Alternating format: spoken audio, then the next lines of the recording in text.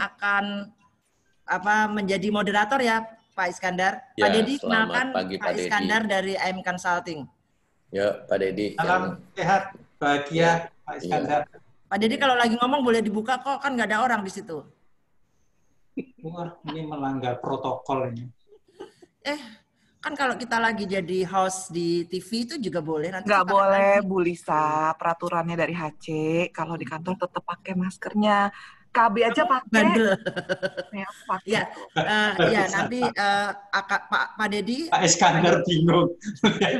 Pak Dedi sudah baca rundown-nya kan ya. Jadi nanti sesuai dengan rundown nanti Pak Dedi yang akan memandu untuk semua kegiatan hari ini, dan kemudian nanti tanya jawab ada kurang lebih 40 menitan ya Pak Dedi ya?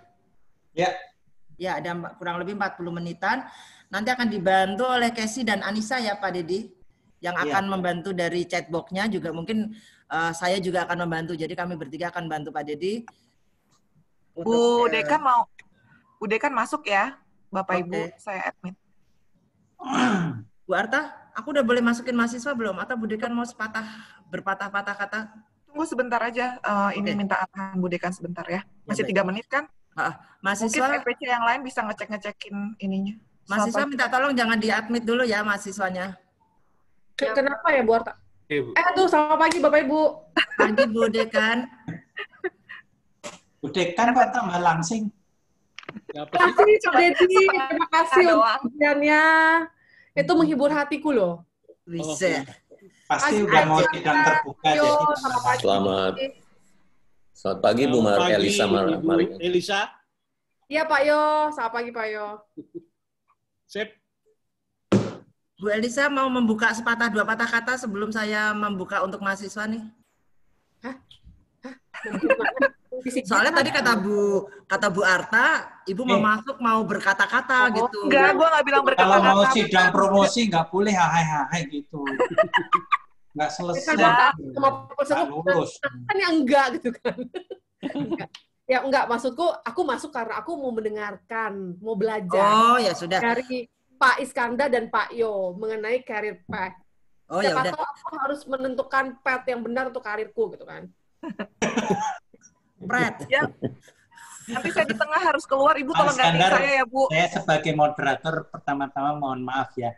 Ini teman-teman saya ini, aduh, saya sudah nggak bisa ngapa-ngapain lagi. Makanya Pak Ikan cuma gambar doang itu.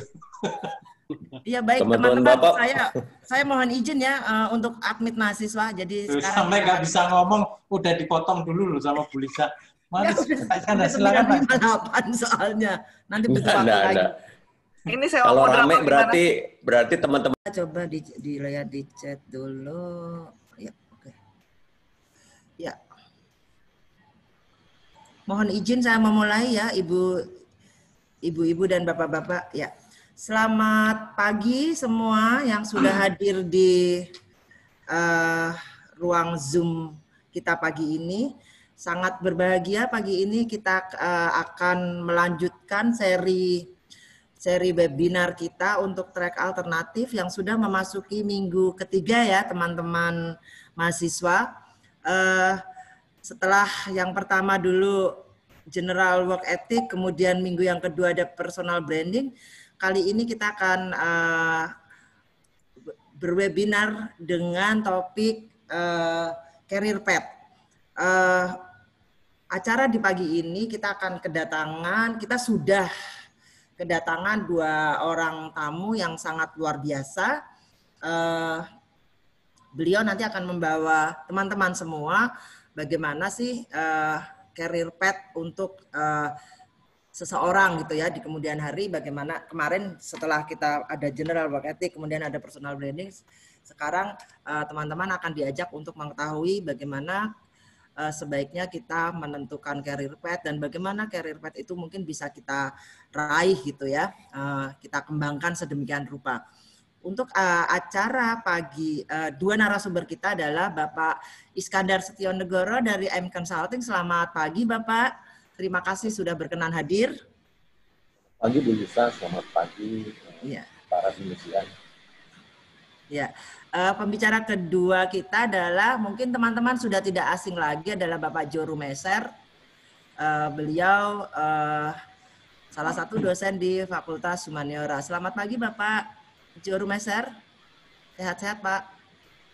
Masih di mute Pak. Bapak unmute. Ya, baik. Bapak masih unmute. Baik teman-teman sekalian. Ya, selamat pagi Pak. Baik teman-teman sekalian, untuk nanti yang akan memandu acara pada pagi sampai dengan kurang lebih jam 12 adalah Bapak Yosef Dedi Pradipto. Beliau merupakan dosen psikologi. Beliau mengajar psikologi industri organisasi dan mata kuliah yang berkaitan dengan filsafat gitu ya Pak Dedi ya. Baik, untuk mempersingkat waktu, silakan waktu dan tempat saya berikan kepada moderator untuk memandu acara pagi sampai siang hari ini dengan penuh kehikmatan. Silakan Bapak Yosef Dedi Pradipto. Oke, terima kasih Bu Lisa. Teman-teman, wah saya antusias kali ini ya. Kita tepuk tangan duluan. Ya. Saya bersyukur sekali dijadikan moderator karena saya juga ingin belajar. Kita sangat-sangat beruntung. Saya manggilnya Mas aja, Mas Iskandar, bersedia dari IM Consulting untuk berbincang-bincang dengan teman-teman semua, dan ini kemudian ditandemkan dengan Pak Yo yang kita sudah kenal luar biasa kiprahnya, ya. Dan jangan lupa teman-teman semua, semangat ya. Saya lihat yang on kamera masih belum ada senyumnya nih, ya. Padahal kita sudah senyum-senyum dari tadi. Semangat teman-teman, ya. Bahkan Bu Dekan pun antusias untuk hadir juga di acara ini. Selamat pagi Bu Dekan, ya. Dan ingin belajar sama seperti saya juga ingin belajar, ya. Pagi Bu Dekan, ya. Juga di sini ada Bu Arta, ada Kak Maria, ada Mbak Galuh, ada Pak Roberto, ada Bu Olive, ya. Kita sama-sama, ada Bu Prisil juga, ya. Kita akan belajar di track alternatif yang ternyata sudah tersusun sangat rapi untuk tujuh pertemuan ke depan. Ya, yang pertemuan pertama sudah dipaparkan tadi oleh Bu Lisa, dan ini sangat terstruktur, ya. Teman-teman, pertama saya akan memperkenalkan dulu Mas Iskandar ini, ya. Beliau ternyata alumni UI juga, sama seperti saya dan Pak Yo, adik kelasnya Pak Yo ini, ya. Itu. Cuman tidak ketemu saya kayaknya, karena saya baru masuk di antropologi tahun 99 di Pascasarjana. Mas Iskandar, terima kasih banyak sekali lagi. Selamat jumpa pagi ini, ya. Mas Iskandar ini lulus dari S1 Psikologi Universitas Indonesia tahun 89. Saya yakin peserta track alternatif ini belum pada lahir, ya. Tapi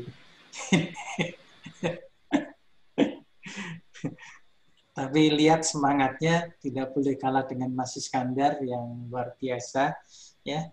Dan sejak lulus sampai tahun 95 itu bekerja di PT Astra International, ya, TBK, dan PT Federal International Finance Astra Group, ya, sebagai HR Department Head Manager.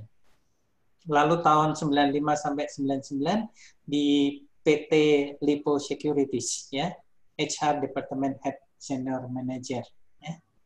Tahun 99 sampai 2003 PT Lipo Bank TBK HR Group Head Vice President.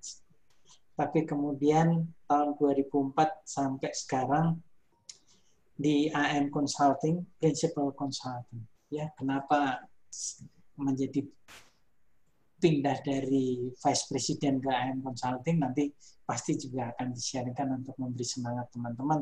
Ini alternatif juga ini ya, ke karir path yang teman-teman lihat, kelihatannya sudah sangat sangat mapan, tapi kenapa mengambil yang lain? Ini pasti akan ada banyak hal yang bisa dituturkan, dikisahkan oleh Mas Iskandar. Ya. Waktu selanjutnya saya serahkan ke Mas Iskandar. Monggo Mas Iskandar. Oke, Ya. selamat langsung ya Pak ya. Ya, Selamat pagi. Terima kasih Pak Yosef Dedi, terima kasih para dinisian. Selamat pagi Ibu Rekan, Ibu Elisa Marion. Selamat pagi para pengajar dan tentunya semangat pagi buat para teman-teman mahasiswa ya. Yang luar biasa, yang antusias belajar. Hari ini saya juga antusias untuk belajar sesungguhnya, ya. Bukan mengajar, belajar juga. Tadi saya mau ralat sedikit untuk Pak Yosef Dedi bahwa saya bukan adik kelas saja, tetapi Pak Yosef itu guru saya. Karena waktu saya masuk kuliah, Pak Yosef sudah lulus dan kemudian mulai berkiprah sebagai staf pengajar juga. Nah, saya dengan tadi Pak Yosef nyebut usia saya, jadi dengan para mahasiswa terjadi perbedaan zaman, perbedaan era. Saya selalu mengatakan bahwa setiap zaman, setiap era selalu ada tantangannya masing-masing, kondisi masing-masing. Jadi kalau saya dulu waktu kuliah, kita kuliah misalnya kalau satu jam itu setengah jam konsentrasi, setengah jamnya lagi udah mulai kepikiran gitu ya, nanti sedang makan di kantin yang mana, enaknya juga setelah itu kita jalan-jalan kemana, ya. Tapi kita harus tetap jelas sampai selesai. Kalau mahasiswa zaman sekarang kan enak, bisa di rumah. Mas Iskandar, mohon maaf agak hilang-hilang. Oh gitu ya. Ya. Jadi kalau ya terima kasih kalau dikasih tahu kalau suaranya enak. Kan? Jadi kalau mahasiswa zaman sekarang kan enak, ya bisa di rumah terus. Tapi sayangnya nggak bisa pergi keluar. Itu tantangan yang berbeda. Nah, oleh sebab itu bagus ada track alternatif, jadi memberi sharing pengalaman. Hari ini saya pun sharing pengalaman mengenai career path seperti yang tadi dikatakan oleh Pak Yosef. Jadi saya akan sharing career path yang saya induhi sedikit dengan teori-teori yang pernah saya pelajari maupun teman-teman juga pasti sudah pelajari. Kalau kita belajar membahas mengenai career path, maka di dalam kalimat itu pasti ada unsur mengenai job atau pekerjaan. Di dalam kalimat career path itu juga ada unsur jalan. Ya. Karena ini jalan,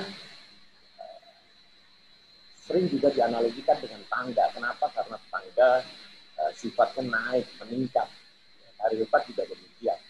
Di dalam kalimat itu juga ada dimensi waktu. Ya, jadi pengertiannya demikian secara sederhana tentang career path. Dan kita semua sebetulnya yang hadir di sini nama berbeda, asal berbeda, tetapi kita dipersatukan karena sama-sama ingin sukses. Semuanya, ya saya yakin semuanya ingin sukses. Nah sekarang bagaimana ketika kita ingin sukses, kita bisa mengatur career path kita. Karena di sini saya selalu mengatakan bahwa ketika kita ingin sukses, yang kita harus ingat adalah bahwa driver dari kesuksesan itu adalah diri kita sendiri. Ya. Jadi yang paling penting untuk menempuh jalan sukses kita, semuanya balik kepada diri sendiri. Ya, kita mau secepat apa, sesukses apa, balik ke diri sendiri. Makanya saya suka dengan tangga. Anda boleh memilih tangga yang pendek, Anda boleh memilih tangga yang tinggi. Tangga yang pendek akan bisa cepat dicapai, tetapi barangkali tidak membawa kemana-mana. Tangga yang tinggi lebih sulit, tetapi barangkali memberi banyak hal juga kepada diri kita. 2 minggu yang lalu, kira-kira 2 minggu lalu, saya sharing mengenai Taiko. Barangkali sebagian yang hadir di sini pernah lihat, tapi beberapa belum. Saya mau kasih tahu bahwa dalam cerita tersebut, Taiko berhasil menunjukkan career path yang luar biasa. Ya, di dalam usia yang relatif muda, dengan background yang penuh keterbatasan, dia berhasil menjadi jenderal dan kemudian penguasa Jepang. Ya, Anda bisa lihat dalam slide yang saya tayangkan ini.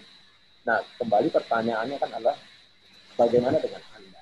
Bagaimana dengan kita ketika kita memulai karir? Ketika kita masih menjadi zero, ya, modalnya baru ya, katakanlah selembar ijazah. Tapi kita tentu punya keinginan untuk mencapai sukses yang luar biasa. Jadi, kalau kita bicara karir path, organisasi yang paling jelas karir path-nya itu adalah angkatan bersenjata. Entah itu angkatan darat, angkatan laut, dan sebagainya. Dimanapun juga di dunia. Ya, karir path-nya sangat jelas. Anda masuk di ABRI, katakanlah ikut akademi militer, lulus, ada diterima, kemudian Anda langsung nama Anda tercatat di dalam sistem karir path mereka. Ya, karir Anda sudah diatur sedemikian rupa, tetapi tetap kembali, ya, apakah seseorang yang masuk angkatan bersenjata nantinya bisa jadi jenderal atau tidak, kembali kepada diri masing-masing. Nah, saya tentu tidak ahli soal angkatan bersenjata, saya lebih paham mengenai apa yang terjadi di perusahaan swasta, makanya nanti saya akan lebih banyak cerita mengenai apa yang terjadi di perusahaan swasta. Bagaimana sih kita membangun karir path di perusahaan swasta? Ya. Banyak perusahaan swasta di Indonesia saat ini yang sebetulnya sudah mempunyai desain karir path yang baik, ya, desain karir path yang baik. Ya. Tetapi memang banyak juga yang masih belum. Jadi Anda juga harus pintar-pintar memilih nih ya. Jadi intinya dari sekian banyak perusahaan-perusahaan di Indonesia, ada yang sudah mengatur karir path-nya sudah makin baik, ada yang belum. Yuk, saya kasih contoh bahwa yang pertama yang perlu diingat adalah bahwa kita adalah tuan ya, kita tuan. I am the master of my fate, I am the captain of my soul. Jadi itu yang harus kita ingat. Nah, kemudian ya, yang berikutnya adalah saya selalu bilang sama seperti kenapa saya bilang soal Hideyoshi. Hideyoshi harus punya visi yang jelas, kita punya visi yang juga harus jelas. Nah, kemudian hari ini saya mau sharing satu slide bagaimana yang terjadi di perusahaan X, saya katakan perusahaan X. Di perusahaan X tersebut, ya, di perusahaan X tersebut ada suatu sistem pengelolaan kinerja. Sistem pengelolaan kinerja. Nah, di dalam sistem pengelolaan kinerja kita kenal, Anda juga kenal barangkali yang namanya performance appraisal. Jadi setiap periode waktu tertentu karyawan itu dinilai oleh manajemennya, oleh atasannya. Apakah dia oke atau dia masih di bawah dari harapan. Jadi kalau saya umpamakan gitu ya, nilainya ini berkisar antara ya seperti nilai Anda waktu ujian. Apakah itu Anda dapat nilai E atau D atau C atau B atau A, gitu kan? Ya, inilah yang berlaku di perusahaan X tersebut. Ya, nah di perusahaan X tersebut berlaku suatu sistem.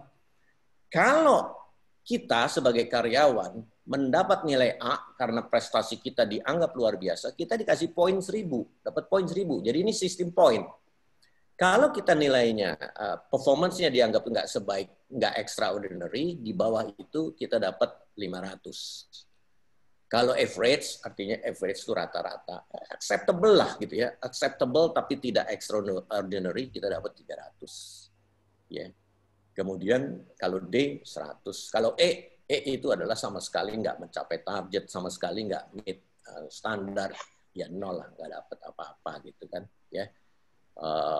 Nah, di sana, di perusahaan X tersebut berlaku suatu aturan lain. Kalau kita mau naik golongan, kita harus punya 1000. Jadi harus punya 1000, baru nanti naik golongan. Saya kasih contoh, kalau Anda lulus dari BINUS, Anda gabung ke perusahaan X tersebut sebagai manajemen trainee, maka Anda akan dapat golongan 4A. Karena 4A adalah entry level untuk karyawan dengan jenjang manajemen trainee. Ya. Di jenjang berikutnya adalah 4B, 4C, 4D, 4E, dan 4F. Setelah itu, Anda bisa promosi menjadi 5A, meaning manager. Jadi meaning Anda bisa menjadi manager. Tetapi untuk mengarungi 4A, 4B, 4C, 4D, ya berarti kita harus mengumpulkan angka yang cukup. Catatan tadi adalah mengatakan bahwa kalau dapat 1000 baru bisa naik golongan, yaitu tadi golongan kecil tadi nih ya, dari 4B ke 4A ke 4B ya. Terus 4B ke 1000 lagi naik lagi ke 4C, 1000 lagi naik gitu kan. Dari tabel ini kita bisa melihat kalau prestasi kita rata-rata ya, kita perlu lebih dari 3 periode penilaian karya untuk naik golongan. Kalau B ada 2 kali, baru kumpul 1000. Kalau C, kita lebih 3 kali. Kalau D, dan kita konsisten D terus, 10 kali. 10 kali. Jadi perusahaan ini menganut sistem, ayo kalau kamu perform, karir path Anda jelas. Kalau kamu nggak perform, tunggulah lebih lama. Seperti itu. Ya, bahkan kalau E gitu ya, tidak saya tulis di sini, E 2 kali berturut-turut Anda dikasih karir di luar perusahaan. alias resign lah, diminta untuk resign. Nah, ini kan satu contoh gitu ya. Ketika kita ingin membangun karir, kita punya pilihan, mau secepat apa? Karena itu pilihannya bebas pada diri kita sendiri. Ya, kita mau ngumpulin nilai langsung 1000 atau kita mau nyicil 300. Ya, dan itu artinya 3 kali. Seperti itu, ya. Nah, masalahnya kan selalu ada dimensi waktu ya. Artinya apa? Itu kan kita mau sampai kapan kita mencapai manajer. Buat saya gitu ya. Jadi pada waktu saya kerja, di titik tertentu saya sadar bahwa saya harus jadi nomor 1. Kalau nggak jadi siapa-siapa gitu ya. Kalau nggak jadi siapa-siapa karena nunggunya kelewat lama. Ya, kalau nggak posisi yang di atas yang lebih baik itu pasti akan diserahkan kepada rekan yang lain. Jadi saya pilihannya waktu itu adalah selalu berusaha jadi nomor 1 dan selalu berusaha mencapai yang terbaik. Nah, sayangnya saya bukan Taiko ya, saya bukan Hideyoshi. Saya juga harus mengalami suatu proses.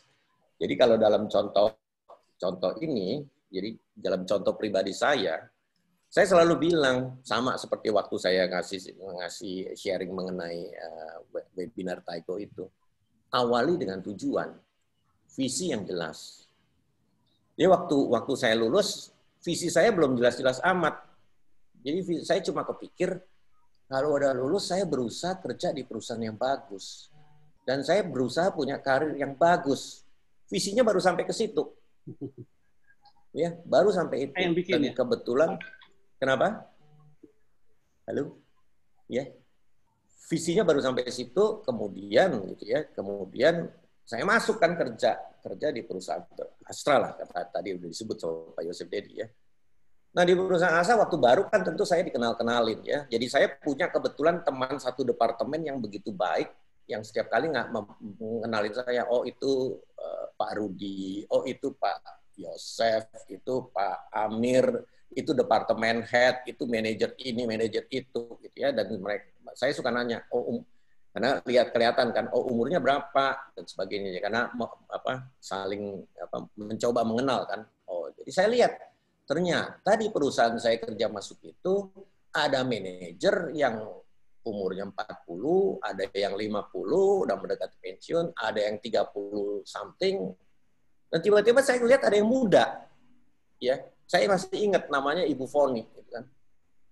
Ibu Foni itu ternyata diceritakan oleh teman saya berhasil jadi manajer dalam waktu 3 tahun. Ya. Nah, saya begitu mengena dengan ngelihat Ibu Foni itu, yang kemudian saya bilang, saya juga berusaha untuk jadi manajer dalam waktu kalau bisa lebih cepat dari 3 tahun gitu kan. Ya 3 tahun lah katakanlah gitu kan. Nah, di sini keajaiban terjadi. Ini kenapa saya sharingkan ke teman-teman. Ya.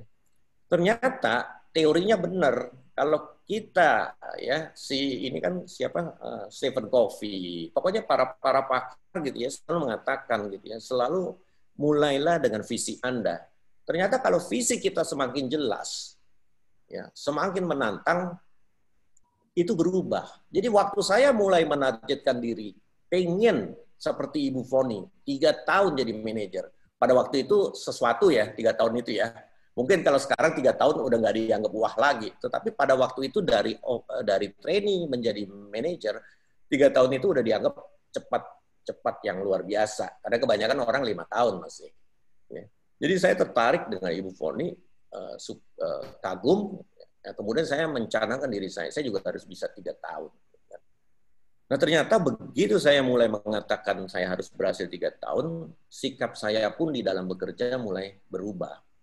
Ya, saya percaya ini bukan sekedar pengalaman pribadi, saya percaya juga ini yang terjadi juga di teman-teman yang lain, teman-teman rekan-rekan saya yang lain, dan ini universal sifatnya.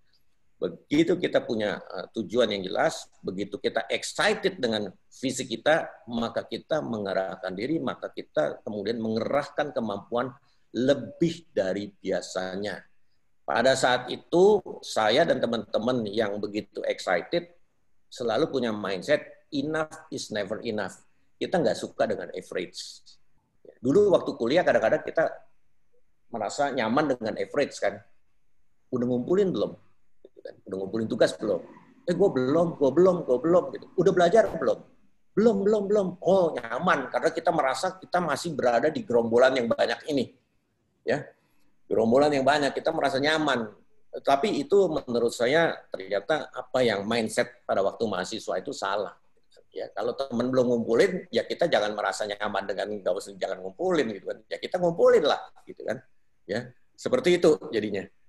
Nah, itu cerita saya mengenai pentingnya adik-adik semua punya visi yang jelas, punya visi yang smart, karena itu akan merubah kita, untuk merubah karir path kita, dan perusahaan juga kemudian memberi jalan kepada kita. Ya kalau tadi Pak Yosef Dedi itu menceritakan bahwa saya bekerja di sebuah PT yang singkatannya terkenal FIF itu, ya, Federal International Finance. Pada waktu saya mulai masuk kerja, perusahaan itu belum ada. Jadi perusahaan itu sama sekali belum ada. Baru didirikan setelah saya 1,5 tahun kerja. Setelah saya 1,5 tahun kerja, FIF itu berdiri, mulai dari perusahaan yang kecil di grup Astra sampai lama makin besar, sehingga yang tadinya departemen HRD-nya masih bisa diurus secara sederhana, tiba-tiba mereka merasa harus punya departemen head.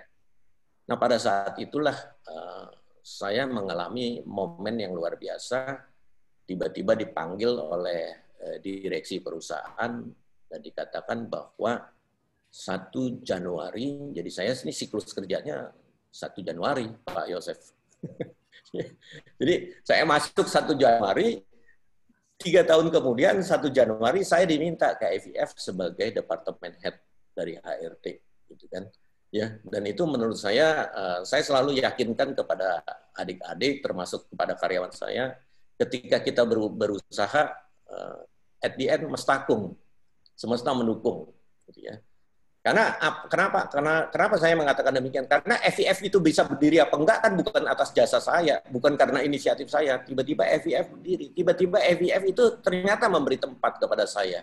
Waktu saya mengatakan 3 tahun saya menjadi manajer, saya juga nggak tahu bakal menjadi manajer di mana. Ya. Tetapi setelah itu ternyata ada tempat yang tersedia. Jadi kalau kita pengen sukses nggak usah pikir-pikir terlalu rumit gitu kan ya.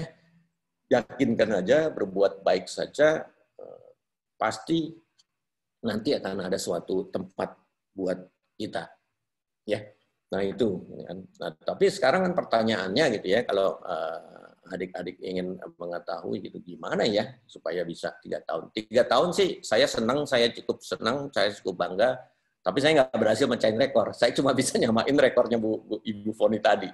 Ya, padahal tadinya pengennya mecahin rekor, tapi it's okay lah ya. Karena nggak banyak juga yang bisa 3 tahun pada waktu itu. Nah, tentu ada pertanyaan, apa sih gitu ya? Kan selalu apa sih gitu kan yang bisa membuat kita, kalau kita kerja di perusahaan, dan saya rasa ini konteksnya juga nggak cuma sebagai profesional kerja di perusahaan, kalau kita mau wira swasta juga demikian, karena saya pernah ikut seminarnya dari Pak Renal Kasali juga mengatakan bahwa sukses sebagai entrepreneur itu bukan ditentukan karena modal yang gede dan sebagainya, ya, tetapi tadi karena kompetensi yang kita miliki, kompetensi pribadi. Nah, sekarang saya mau cerita mengenai kompetensi apa yang kita harus miliki. Yang saya yakin mestinya juga sudah ada di adik-adik mahasiswa Pinus nih. Satu, saya paling suka kalau ngomong kompetensi, paling suka minjem fenomena gunung es ya. Saya rasa teman-teman para pengajar juga suka menggunakan analogi ini. Jadi kita tahu kan bahwa kompetensi itu seperti gunung es, ada yang di atas, ada yang di bawah, kan? Yang di bawah ini kalau kita di laut kita nggak kelihatan, ya nggak kelihatan. Yang atas kelihatan karena kompetensi yang di atas kelihatan itu apa? Anda yang ganteng-ganteng dan cantik-cantik waktu ngelamar ngadep ke perusahaan pasti kelihatan ganteng dan cantiknya. Anda yang kemampuan bahasa Inggrisnya bagus pasti kelihatan gitu kan ya, diajak diwawancara pakai bahasa Inggris Anda bisa langsung menjawab. Pasti kelihatan. Ditanya mengenai pengetahuan psikologinya, ditanya mengenai kemampuan sastranya kalau Anda dari fakultas sastra jurusan sastra atau jurusan yang lain, Anda kelihatan. Ya. Tetapi yang sulit ini kan yang ada di dalam. Nggak kelihatan. Ya, nggak kelihatan. Apa itu? Gitu kan ya. Yaitu secara sederhana saya katakan sikap, values, dan personality. Ya. Ini saya sederhanakan ya istilah-istilah di sini. Tentunya saya selalu mengatakan kalau mau dalemin ya dibaca lagi buku teorinya yang lebih dalam. Tetapi secara sederhana demikian. Ya. Ini loh yang paling menentukan. Karena ternyata kalau tadi saya sebut perusahaan, gitu ya, perusahaan yang menyediakan karir yang bagus, ya, juga bukan berarti perusahaan yang ngurusin kita setiap hari. Enggak. Jadi pimpinan-pimpinan kita itu adalah pimpinan-pimpinan yang begitu sibuknya. Ya, sama lah kayak dosen-dosen Anda semua. Sibuk mereka. Ya. Jadi manajemen adalah manajemen yang sibuk. Dan mungkin kita hanya satu karyawan dari ratusan atau ribuan karyawan lain. Jadi kita jangan nggak bisa kegeeran kok nama kita dikenal gitu ya. Enggak, sulit karena apa? Kita cuma satu dari ratusan atau satu dari ribuan. Tetapi gitu ya. Tetapi kalau kita punya ini, maka bisa jadi di antara ribuan karyawan, di antara ratusan karyawan, nama kita diingat oleh pimpinan, oleh direksi. Ya, oh, ada Iskandar di dunia ini di karya perusahaan kita. Oh, ada Arik. Ya, ada Arik. Kenapa? Ya, di antara kesibukan itu nama kita muncul. Kenapa nama kita muncul? Karena kita berprestasi. Ya. Jadi kan sama kayak kalau reuni SMA gitu ya. Yang paling diingat siapa? Yang paling diingat adalah mahasiswa yang paling pintar dan mahasiswa yang biasanya bermasalah gitu kan ya. Siswa yang bermasalah ini diingat sama gurunya. Siswa yang cuma rata-rata lupa gurunya. Ya, jadi di perusahaan juga demikian. Kita harus punya prestasi yang luar biasa. Ya, kita harus self-starter. Jadi kita harus self-starter. Jadi kenapa? Tadi ya dosen-dosen, atasan-atasan kita ini sangat sibuk. Ya, nggak ngurusin kita aja, dia juga punya banyak kerjaan yang lain. Nah, kenapa saya wanti-wanti? Saya mau kasih ingatkan juga bahwa berlaku seperti ini nih hukumnya nih. Ingat, yang di bawah ini sulit dikembangkan dan di-training. Sama seperti atribut-atribut psikologi yang lain, bahwa sering sekali proses pengembangannya ada di usia yang paling dini. Ya. Sebagai asesor, saya selalu yakin dengan teori ini. Oleh sebab itu, ya, saya selalu yakin kalau orang udah nggak punya, jadi kalau orang udah nggak punya kompetensi ini, maka dia akan sulit untuk sukses di dalam satu perusahaan. Dia akan sulit untuk jadi entrepreneur yang sukses. Jadi untuk adik-adik mahasiswa, Anda nih berada di ujung dari proses pembentukan soft kompetensi ini. Ya, kalau dilewatin dikit, maka akan sulit. Kalau kita minus, ya, kita akan sulit mengembangkan karir. Yuk, saya lanjutkan ya, Apa aja sih, gitu kan? Apa aja hal yang bisa membantu. Jadi apa aja yang dilihat? Ini bukan saya, perusahaan juga melihat demikian. Satu, saya selalu melihat mereka-mereka yang sukses di dalam satu perusahaan, jadi teman-teman saya, ya, semuanya adalah orang-orang yang self-confidence. Orang-orang yang berani mengemukakan pendapat, walaupun pendapatnya bisa jadi tidak selalu benar. Jadi saya selalu pesan sama siapapun, termasuk karyawan saya, termasuk anak saya sekarang, harus percaya diri dan berani mengajukan pendapatnya. Kenapa? Supaya atasan kita, orang lain tahu bahwa kita punya suatu ide yang baik apa enggak. Ya, gimana kalau idenya kurang baik? Ya nggak apa-apa, kita kan dapat feedback nanti. Ya, dapat feedback kita jadi tahu yang benar yang mana. Nah, kemudian saya selalu menyarankan achieve the best.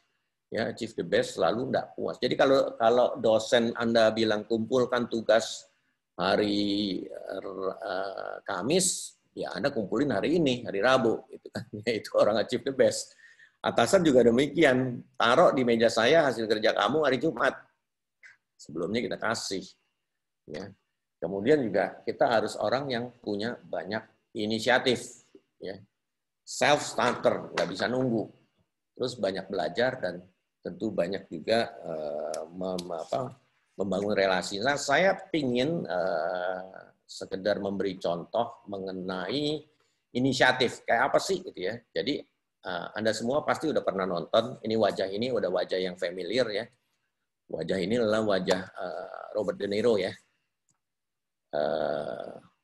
Wajah yang familiar, ceritanya memerankan intern. Oh, lucu kan ya. Intern itu kan biasanya wajahnya identik dengan wajah-wajah yang seperti Anda ini, masih muda. Kali ini internnya adalah yang justru usianya tua. Yuk kita nonton sama-sama, setelah itu kita bahas ya. Hey, well then looks like you're stuck with me. Great, I'm excited. I will email you when I have something for you to do. Or I could just stop by a few times a day, check in. I'll email you. Also, don't feel like you have to dress up. I mean, we're super cash here. I'm comfortable in a suit if it's okay. No, it's fine. Old school. Exactly. At least I'll stand out. I don't think I need a suit to do that. Sure. Well, I think we did it in less than 2 minutes. I'll wait to hear from you. Okay. Want the door open or closed? Doesn't matter. Open, actually. You get used to me. Look forward to it.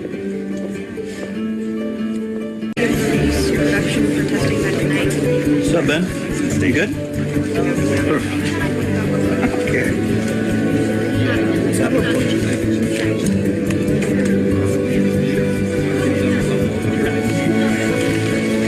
The V-neck factory. This is Sally. Okay, so you can zoom out like that. I'm going to a meeting. I'll be back in an hour. We'll talk And then. then you can just click here and buy it.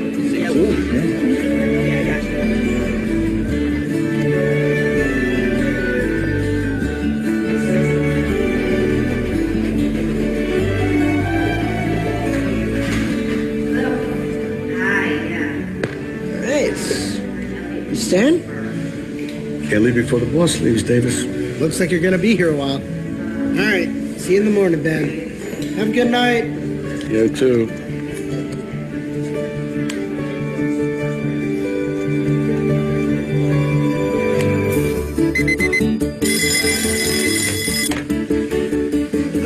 make it happen.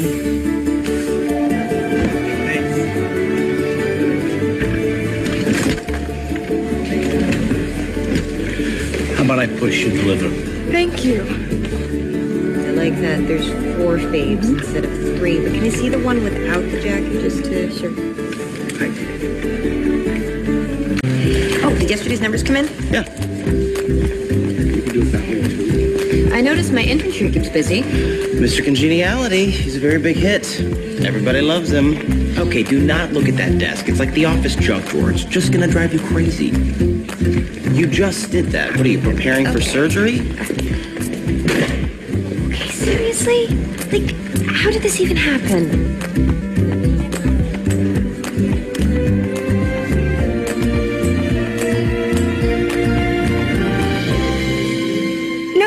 I can set it up. She's just in a meeting. Hi, something I can help you with? Yes, Jules spilled soy sauce in her Saint Laurent jacket. Can you take her to the photo studio? There's lots of cleaners and stuff in there. Sure, where is it? She's wearing it. I mean, get me CEO lessons. You know?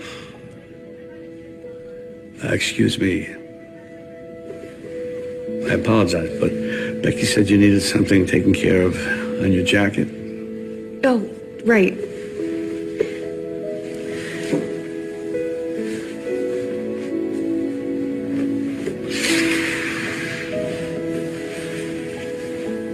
Thank you, Ben. Of course.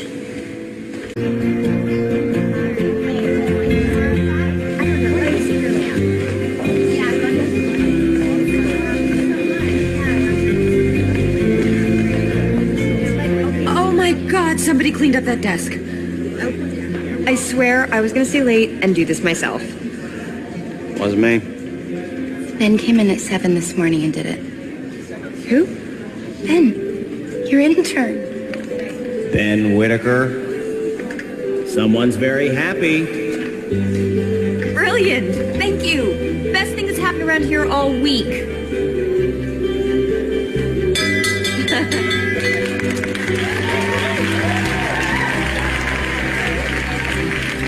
Thank you. Ya. Jadi itu cerita mengenai si Ben yang jadi intern. Jadi saya ingin mengatakan bahwa ketika kita mempunyai kompetensi beberapa yang tadi saya sebutkan dalam contoh tadi adalah inisiatif, maka itu adalah salah satu yang bisa kita andalkan untuk membangun career path kita mencapai posisi lebih tinggi atau lebih cepat daripada teman-teman yang lain. Terus, saya selalu mengatakan bahwa kita di kantor pasti punya tanggung jawab, punya job description, tetapi jangan pernah terpaku sama job description itu. Job description itu hanyalah suatu penggambaran lingkup tanggung jawab kita, tetapi kalau kita mau deliver lebih dari itu boleh-boleh aja. Terus gimana sih? Kadang-kadang saya juga sering dapat pertanyaan, Pak, gimana ya? Kadang-kadang kita udah keburu bosen tuh sama kerjaan kita. Maka saya selalu mengatakan bekerja itu harus dianggap sebagai petualangan. Ya. Jadi jangan melihat rutinitas pekerjaan kita. Pekerjaan kita itu pasti punya rutinitas. Waktu saya pertama kali masuk ngurusin rekrutmen dan seleksi, pasti ada rutinitasnya. Ya, ngurusin data pelamar dan sebagainya. Tetapi saya melihat ada sesuatu yang menyenangkan juga. Apa? Setiap kali saya selalu berpikir bagaimana cara mengembangkan metode seleksi yang lebih baik. Jadi kadang-kadang saya liatin gitu ya, kalau saya ngobrol sama teman-teman, sistemnya gimana? Oh, gini. Oke. Dapat dari mana? Udah dari dulu. Jadi selalu teman-teman suka mengatakan ini dari dulu. Nah, orang suka merasa pekerjaan, sistem di dalam kerjaan itu kitab suci, nggak boleh dirubah. Oh, kalau buat saya enggak. Jadi saya perhatikan teman-teman yang sukses juga demikian. Jadi saya juga belajar dari mereka. Jadi yang namanya suatu sistem di perusahaan, pekerjaan di perusahaan itu jangan dianggap sebagai yang nggak boleh dirubah. Ya, udah ada sebelum ini, bos saya nyuruh demikian, atasan saya bilang harus begini, gitu kan? Oh enggak, saya selalu saya rubah. Ya. Jadi oleh sebab itu saya selalu fun tiap hari datang ke kantor. Kenapa? Suka ngubah. Ya. Nah, kemudian makanya kita harus punya out of the box thinking. Wah, kan susah Pak jadi kreatif gitu kan. Saya bilang nggak usah kreatif. Saya tukang nyontek. Jadi saya selalu mengatakan bahwa kalau kita punya kreativitas itu bagus. Tapi kalau kita tidak punya kreativitas, gampang belanja ide aja dari teman. Waktu saya pertama kali lulus, kan kalau apa pekerjaan masih itu ya, kalau fresh grade yang baru lulus, reuni, selalu reuni, kan? Ya, seminggu lulus reuni, sebulan lulus reuni, setahun lulus masih reuni. Nah kalau reuni, selain kita hahaha ngobrol, kita juga nanya, kamu kerja di mana? Oh, di Indomobil. Oh, di PT ini. Ya. Oh, di Unilever. Saya selalu nanya, gimana sistem rekrutmen di sana? Karena saya waktu itu kan kerjanya di bagian rekrutmen. Oh, begini. Karena kan kita sesama teman. Ya. Cerita lah, karena masih excited dengan pekerjaan masing-masing. Ya, cerita. Nah, setiap kali teman cerita di Unilever begini, di Indomobil begini, saya selalu melihat ada nggak kelebihan dari perusahaan-perusahaan lain itu dibandingkan yang terjadi di perusahaan saya. Kalau ada yang jadi kelebihan, maka saya tinggal nyontek. Saya pakai ide itu, ya.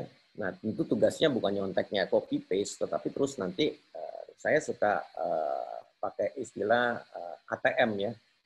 Amati, tiru, modifikasi. Jadi modifikasi harus gitu kan. Jadi jangan cuma copy paste aja. Jadi saya lihat, oke, sistemnya bagus di Unilever, saya pakai, saya kembangkan di tempat kerja saya. Jadi yang namanya out of the box thinking, itu tidak harus selalu kita harus orang yang sangat kreatif. Kita adalah orang yang mau belajar dari best practice yang ada di tempat lain. Atau kita bisa juga belajar dari masalah yang kita hadapi. Dulu waktu saya ngetes, saya paling benci kalau disuruh ngetes pakai Kreplin. Kenapa? Karena pakai Kreplin atau Pauli gitu ya, teman-teman yang di bagian PIO kan tahu. Ya, kita berarti berada di depan kelas, nggak bisa kemana-mana, kita dihukum tuh, ya. Jadi memimpin di depan harus ngelihat stopwatch dan nggak bisa ngilangin sampai tes itu selesai. Ya.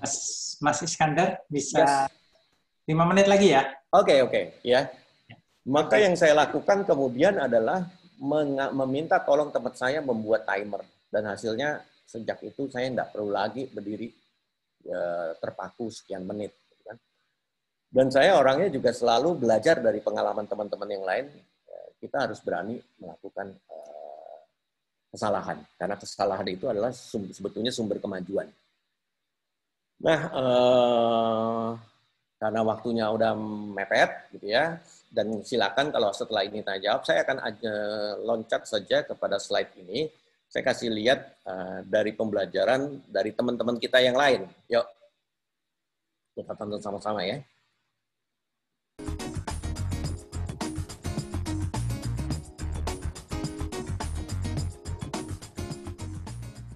Ketika kita kerja sama tim, apalagi sama orang, kalau kita nggak menyampaikan pendapat kita atau suara kita, mereka juga nggak akan tahu gitu.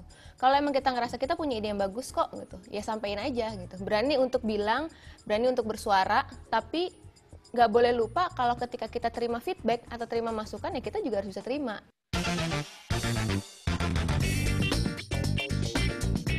Muda, kreatif, dan berani mengungkapkan pendapat. 3 kata yang menggambarkan sosok perempuan bernama lengkap Angie Aprilia ini.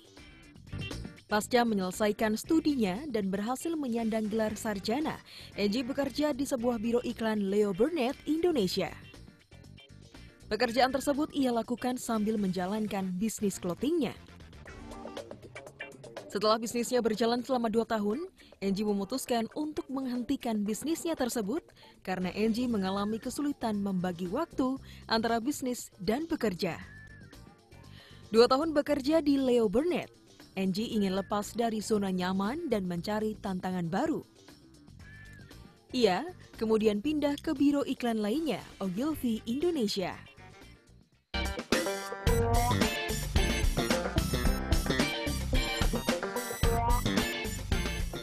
Belum genap setahun bekerja di Ogilvy, Angie memberanikan diri mengutarakan maksudnya untuk mengikuti Cannes Lions Festival, sebuah festival untuk orang-orang yang bekerja di industri kreatif. Angie terpilih sebagai salah satu young star dari 4 pemenang yang telah diseleksi dari 78 finalis. NG menjadi satu-satunya perwakilan Ogilvy Indonesia yang masuk dalam festival itu. Di usia 26 tahun, NG diangkat sebagai Associate Account Director di Ogilvy. Jabatan tersebut ia sandang sejak tahun 2015 lalu.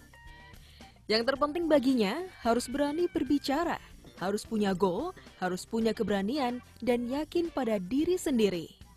Hal itulah yang selalu ia terapkan dalam diri dan timnya saat ini.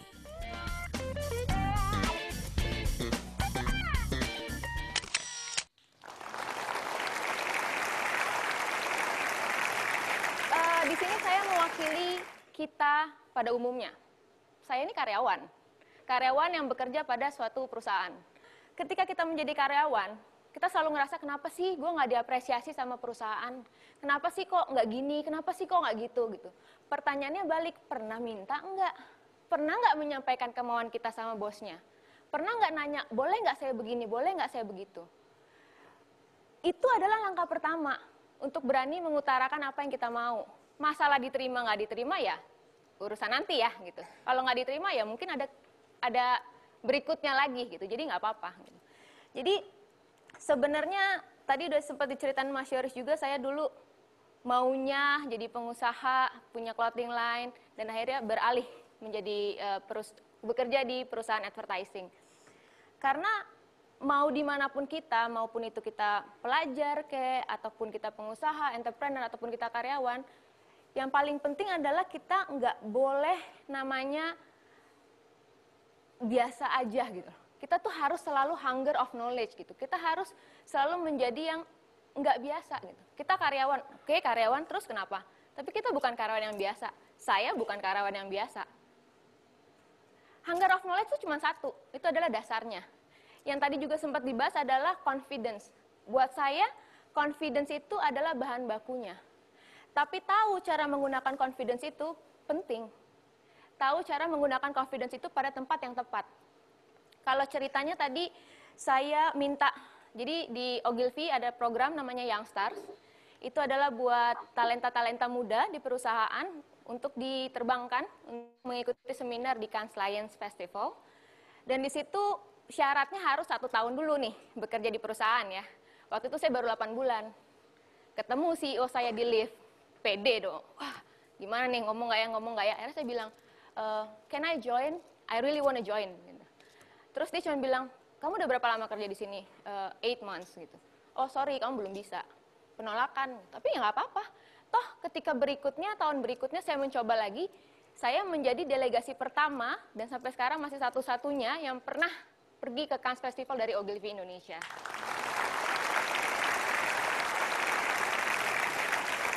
Buat saya, itu adalah kantor menunjukkan apresiasinya kepada saya. Dia percaya gitu.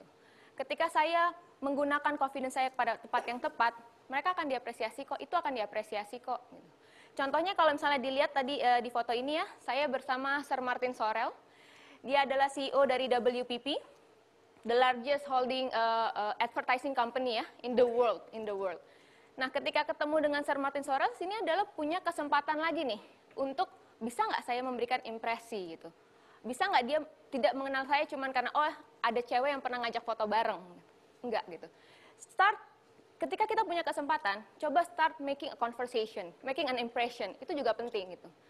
Kita maunya diingat seperti apa sih? Kita maunya diingat jadi orang yang kayak gimana sih? Itu juga yang harus kita pikirin. Oke? Thank you. Oke. Ya, terima kasih atas waktunya. Sorry Pak Yosef, saya lewat kali ya dari batasannya. Terima kasih adik-adik mahasiswa. Kalau Anda bawa gadget, saya pengen juga Anda scan QR code-nya ini supaya Anda bisa memberi masukan mengenai apa yang disampaikan pada webinar ini. Silakan. Nah, sekarang karena waktunya sudah lewat, saya kembalikan kepada Pak Yosef. Terima kasih Pak. Oke, Mas Iskandar. Wah, teman-teman yang dari sastra Jepang pasti juga jadi antusias nih karena berangkat mulai dengan taiko. Tapi jangan lupa, Mas Iskandar ini juga penyuka jazz nih, ya. Dan suka kopi juga ini. Cuman saya nggak tahu Mas Iskandar suka cupang atau tidak. Saya suka Dream Theater seperti Pak Robert. Ya, oke. Terima kasih banyak Mas Iskandar. Ya, teman-teman jangan beranjak dulu dari tempatnya, tetap dengan senyum dan semangat. Kita lanjut ke tandem dari Pak Iskandar, yakni Pak Cucumeser. Pak Yu ini kita semua sudah kenal ya. Beliau adalah seorang ahli dalam psikologi banyak hal, tapi salah satunya adalah psikologi olahraga. Kemudian sempat juga menjadi ketua asosiasi, ketua IMSI Jaya, ya. Lalu sekarang menjadi senior advisor dari Pinus University dan banyak mengajar di bidang PIO, Psikologi Industri and Organization. Ya. Oleh karena itu, waktu selanjutnya saya serahkan ke Pak Yu. Monggo, Pak. Ya, terima kasih Pak. Jadi, saya coba share screen ya. Ya.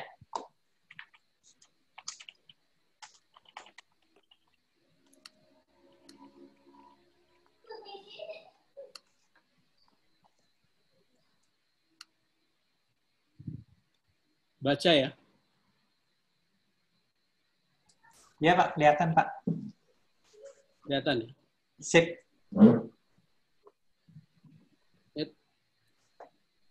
Udah kebablasan. Mundur Pak. Kalau kebablasan mundur. Mundurin deh.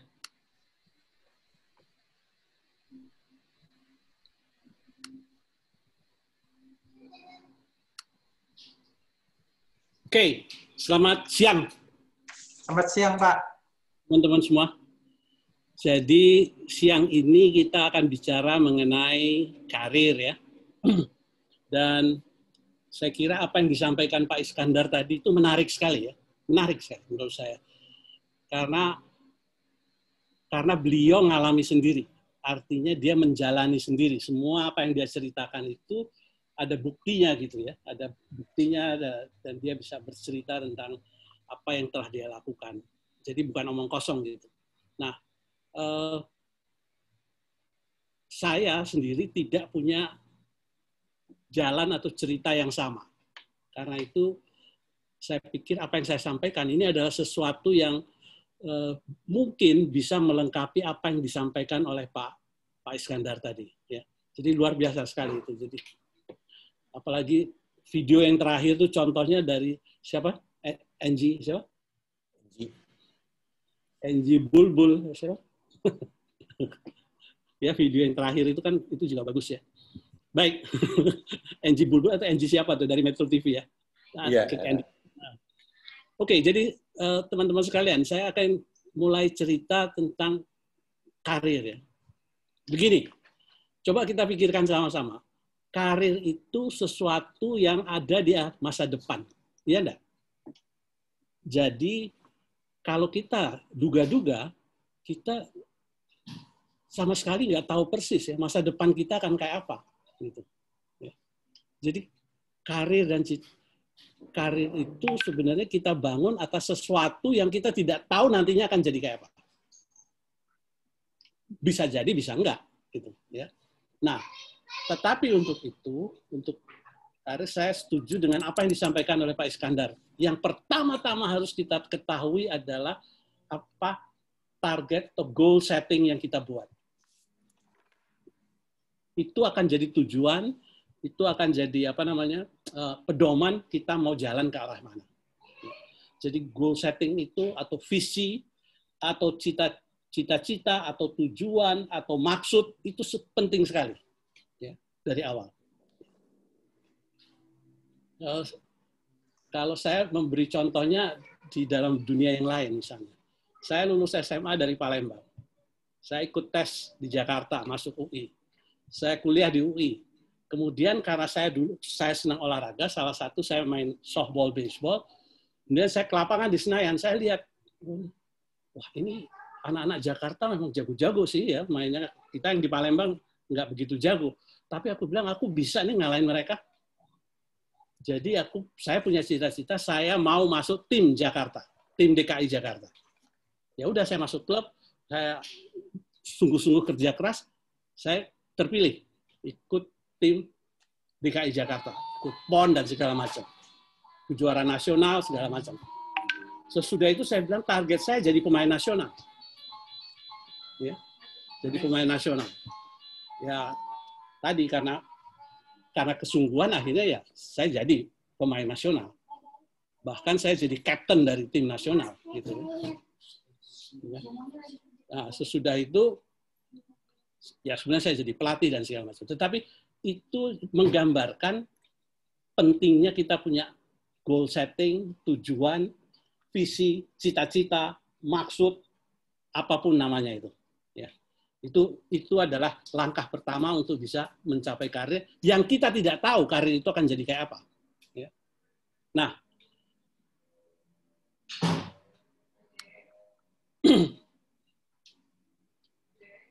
pegangan utama, karena kita tidak tahu, kita harus punya pegangan.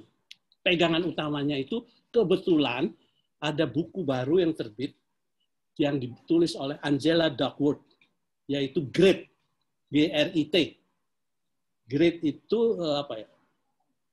Kesungguhan atau apa, itu kata bahasa Indonesianya nggak ada. Si Angela itu melakukan penelitian dan membuktikan bahwa grit itu bisa meramalkan keberhasilan orang. Grit itu didasari oleh dua hal, yaitu passion dan perseverance. Itu dua hal yang disampaikan oleh Angela Duckworth. Angela Duckworth ini perempuan asal Korea. Jadi dia bukan orang Amerika, tapi dia tadinya dia guru matematik. Dia lihat ini kok ada orang yang berhasil, ada yang nggak berhasil, gimana ya? Ya sampai dia melakukan penelitian sampai di Akademi Militer West Point di Amerika untuk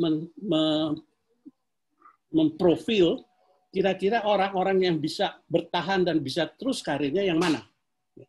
Dengan menggunakan grit itu, yaitu perseverance sama passion. Akhirnya dia berhasil tuh.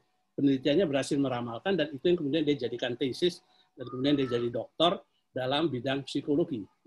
Itu salah satu. Karena itu saya mengatakan benar. Kalau kamu punya tujuan, punya cita-cita, punya maksud, itu dasar pertama. Tapi bersamaan dengan itu, kamu juga harus punya apa yang disebut grit. Ada passion dan perseverance. Passion itu apa ya sih? Kesenangan ya, kesenangan dan keterlibatan kita secara utuh terhadap apa yang ingin kita capai. Ya kayak tadi saya katakan. Ya memang ada yang terpaksa kita korbankan. Waktu itu ya saya terpaksa kuliahnya agak mundur gitu kan. Bukan agak, tapi mundur gitu kan. Karena saya ikut tim nasional, ikut jalan kemana-mana, tapi saya dapat imbalannya apa? Saya kemudian bisa jalan ke berbagai negara secara gratis gitu. Itu apa? Take and give-nya terjadi di situ gitu. Oke. Nah, kemudian yang kedua yang saya ingin sampaikan itu adalah kata-kata confidence. Ini sudah disampaikan oleh Pak Iskandar, juga disampaikan oleh tadi siapa itu yang perempuan tadi yang terakhir itu ya. Confidence. Jadi selain grit, yang penting juga itu adalah confidence. Pertanyaan saya adalah confidence itu dapatnya dari mana? Karena confidence itu seringkali dianggap kalau training itu ya untuk melatih confidence, maka kamu harus naik tangga yang tinggi di atas itu. Jadi kamu punya confidence. Enggak benar itu. Confidence kamu peroleh dari pengetahuan kamu tentang dirimu sendiri. Jadi self-awareness atau know yourself itu adalah awal dari confidence. Itu teori yang kemudian sudah diselidiki baik oleh siapa tuh yang nulis emotional intelligence, Goleman. Ya. Dan beberapa penelitian lain membuktikan bahwa confidence itu sumbernya dari kalau kamu sendiri tahu kamu itu siapa. Know yourself. Kalau dalam istilah, dalam training itu biasanya who am I gitu. Itu basis dari confidence. Kalau kita tahu kita ini siapa, maka kita bisa memanage diri kita dengan baik.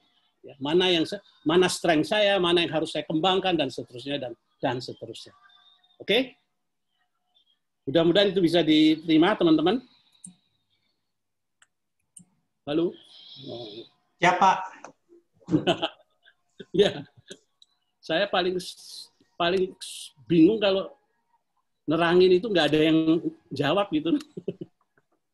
Nah, sekarang itu hal-hal yang penting tadi ya. Karir, saya bicara tentang goal setting, itu mengulangi apa yang disampaikan Pak Is. Kemudian juga tentang grade.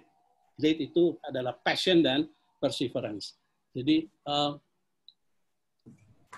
karena kan ada penelitian yang sekarang disepakati itu adalah untuk jadi seorang yang ahli, itu perlu 10.000 jam terlibat ya, dalam aspek tertentu itu. Nah, saya ada cerita tentang Maradona. Maradona itu pemain bola yang terkenal. Dia itu dibilang hebat karena dia kan kecil ya. Maradona itu untuk pemain bola itu ukurannya kecil kan, di bawah 170 gitu. Ya. Main bola Eropa dan segala macam itu di atas 170 ya, tingginya. Tapi Maradona luar biasa, dia bisa kalau dia ngegocek itu 5 orang bisa dia gocek. Kalau kita lihat ke rumahnya, apa yang ada di rumahnya? Di rumahnya itu banyak bola. Di mana-mana ada bola. Jadi sambil jalan dia nendangin bola. Jadi kemampuan dia menendang itu secara tidak sadar terasah gitu. Ya. Nah itu yang penting. Nah sekarang kalau kita masuk pada karir ya. Karir itu ada yang namanya career anchor. Career anchor itu apa sih? Ya ini deh. Career anchor itu adalah tentang skills, interest, ability, sama value yang kita kembangkan dari awal. Atau kita tumbuhkan dari usia yang sangat muda gitu. Itu jelas ya. Jadi career anchor kita itu ya kita harus melatihkan atau membiasakan tadi itu. Skill kita kembangkan, minat kita tentu bersamaan dengan passion, terus abilities kita, dan value. Selalu harus ada value, ada unsur nilai, ada unsur sesuatu yang lebih dari sekedar material, ya, yaitu value. Ya, itu yang perlu ada dalam kita menetapkan career anchor kita. Oke. Nah, menurut beberapa studi, itu ada 9 career anchor yang ada di dunia atau berada di sekitar kita. Career anchor itu menyangkut kemampuan mengelola, creativity, security itu adalah jaminan keamanan, kemudian otonomi, independensi, kebebasan, entrepreneurship, challenge, lifestyle, service, dan dedication. Ini adalah 9 apa yang disebut technical of functioning competence. Sebab ini adalah hal-hal yang berfungsi dalam saat kita menjalani karir kita atau menelusuri karir kita. Jadi kalau tadi Pak Is mengatakan, aku pengen jadi nomor 1, ya itu kan bicara challenge ya. Salah satu karir anchor-nya challenge gitu. Aku mau selalu nomor 1 gitu loh. Aku harus mencari peluang-peluang gitu ya. Di tempat lain gimana ya HR-nya? Nah, ini bicara creativity gitu kan. Creativity itu kan kemungkinan kita mengembangkan kemungkinan. Ya. Jadi mengembangkan kemungkinan. Sederhananya begini. Kalau kamu dulu di sekolah diajarkan 3 tambah 5 berapa? Ayo, berapa? 8. Kalau kamu jawab 7 salah kan? Kamu jawab 9 salah. Ya. Nah, itu yang namanya bukan kreatif gitu. Itu dasar berpikir yang disebut convergent, mengarah pada satu jawaban yang betul. Tapi kalau saya ubah pertanyaannya, 8 bisa kamu peroleh dari mana saja. Bisa 3 tambah 5, bisa 4 kali 2, bisa 9 kurang 1, bisa 3 tambah, bisa 10 dikurangi 2, gitu ya. Atau 16 dibagi 2, itu semua menghasilkan angka 8. itulah yang disebut mengembangkan kemungkinan. Itu creativity itu adanya di situ. Itu yang disebut divergen. Jadi berpikirnya itu melebar atau meluas, bukan mengarah pada satu titik. Itu saya kira jadi beberapa hal yang bisa kamu lihat bahwa ada career anchor yang bisa kita manfaatkan untuk mengembangkan karir kita. Oke. Nah, ini saya ingin share, ini diskusi dari World Economic Forum. Ini kalau nggak salah Bu Dekan dapatnya dari Prof. Har ya, dari rektor kita ya. Nggak tahu, kalian bisa baca apa enggak ini? Kecil-kecil gini. Terbaca nggak? Bisa, Pak. Bisa ya? Bisa. Bisa. Kebaca, Pak. Ya, gini. Kalau nggak kebaca nanti saya buat. Tapi saya ingin gambarkannya. Ini dia bilang bahwa ini sesudah tahun 2022, ini skills outlook. Jadi ini adalah keterampilan-keterampilan yang biru ini adalah yang growing, yang akan dibutuhkan di masa depan. Dan yang declining itu adalah hal-hal yang akan turun, ya, tidak akan lenyap lah. Orang-orang bilang sunset gitu, senja gitu ya. Nah, mungkin supaya lebih jelas saya gini. Nah, ini yang growing.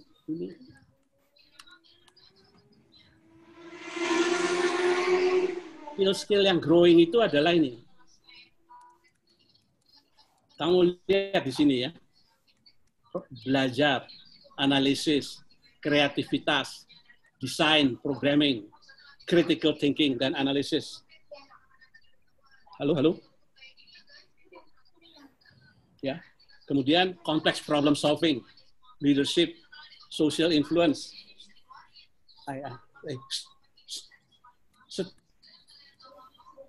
Nah, saya pernah dengar, aku nggak tahu, saya kira kamu juga pernah dengar video dari Jack Ma. Jack Ma itu orang yang jadi kaya karena teknologi atau komputer ya. Dia mengatakan, kalau kamu mau bersaing dengan mesin, kamu akan kalah. Karena mesin itu misalnya bisa memilah dengan cepat, bisa menghitung dengan lebih cepat, bisa menetapkan barang ini rusak atau enggak. Itu didetek oleh mesin, bisa lebih cepat, sempurna, dan nggak ada KKN. Gitu kan, nggak ada kolusi. Dia ya mesin ya hanya bilang barang ini nggak memenuhi standar produksi, ya udah singkirkan atau dikembalikan gitu untuk diolah ulang gitu. Nah, kemudian Jack Ma mengatakan apa sih yang tidak dipunyai oleh mesin? Yang tidak dipunyai mesin adalah yang ini nih, creativity, active learning, complex problem solving, ini mungkin masih ada unsur mesinnya, critical thinking itu juga. Kemudian ada yang emotional intelligence, ya, problem solving, evaluation, dan segala macam. Ini adalah hal-hal yang mungkin akan berkembang di masa yang akan datang. Artinya, kalau kalian sekarang selesainya nanti pada sekitar tahun 2025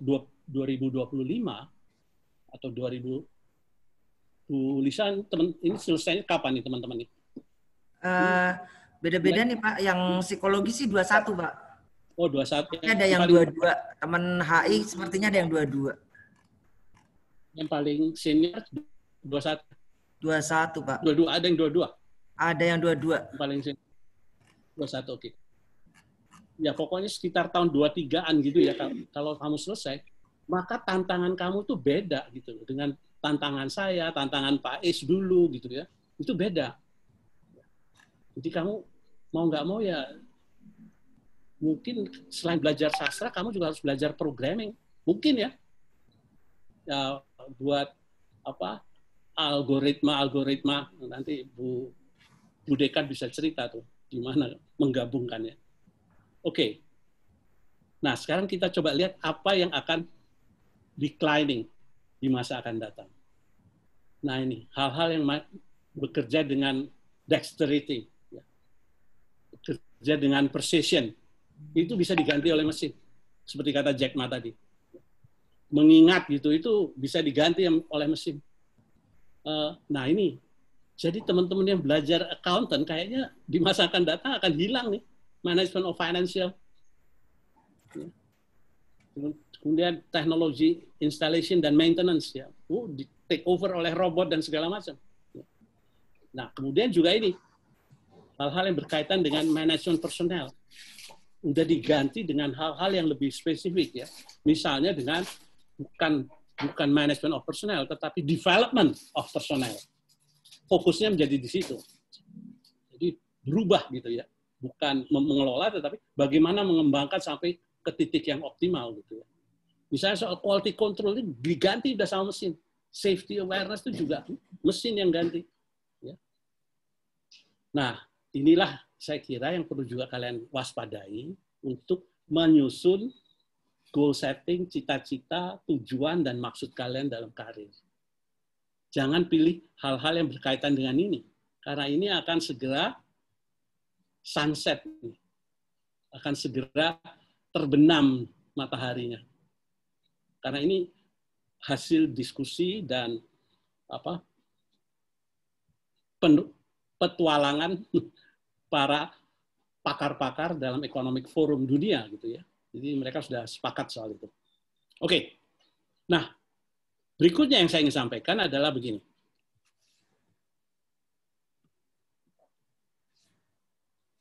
Career counseling. Jangan takut untuk meminta counseling atau meminta saran pada orang yang tahu. Consultation, advice, guidance dari orang-orang yang tahu tentang perencanaan karir.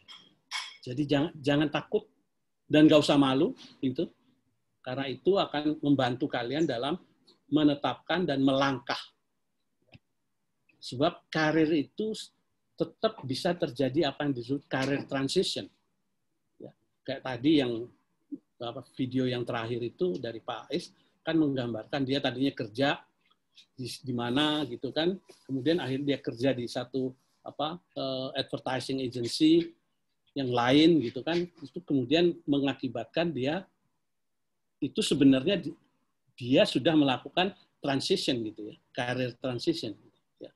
Jadi saya kira tidak apa-apa, kamu bisa melakukan itu. Jadi ada orang yang bisa berhenti di tengah jalan, kemudian pindah, ngambil bisnis atau startup, bisa aja gitu. Atau dari tadinya dia ngurusin HRD, tiba-tiba dia pindah jadi ngurusin marketing gitu ya. Marketing bukan sales ya. Karena anak-anak psikologi itu kan biasanya kuat dengan statistik dan perhitungan-perhitungan yang kayak begitu ya. Nah, marketing itu kan kerjanya adalah menganalisis data dan kemudian meramalkan bagaimana kecenderungan dan seterusnya dan seterusnya. Oke. Saya akan sampai pada bagian akhir dari slide saya. Ini adalah bagian akhir.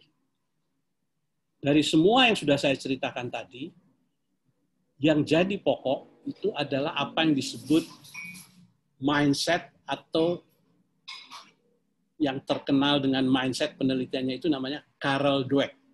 Carol Dweck itu mengatakan mindset itu nggak berhenti.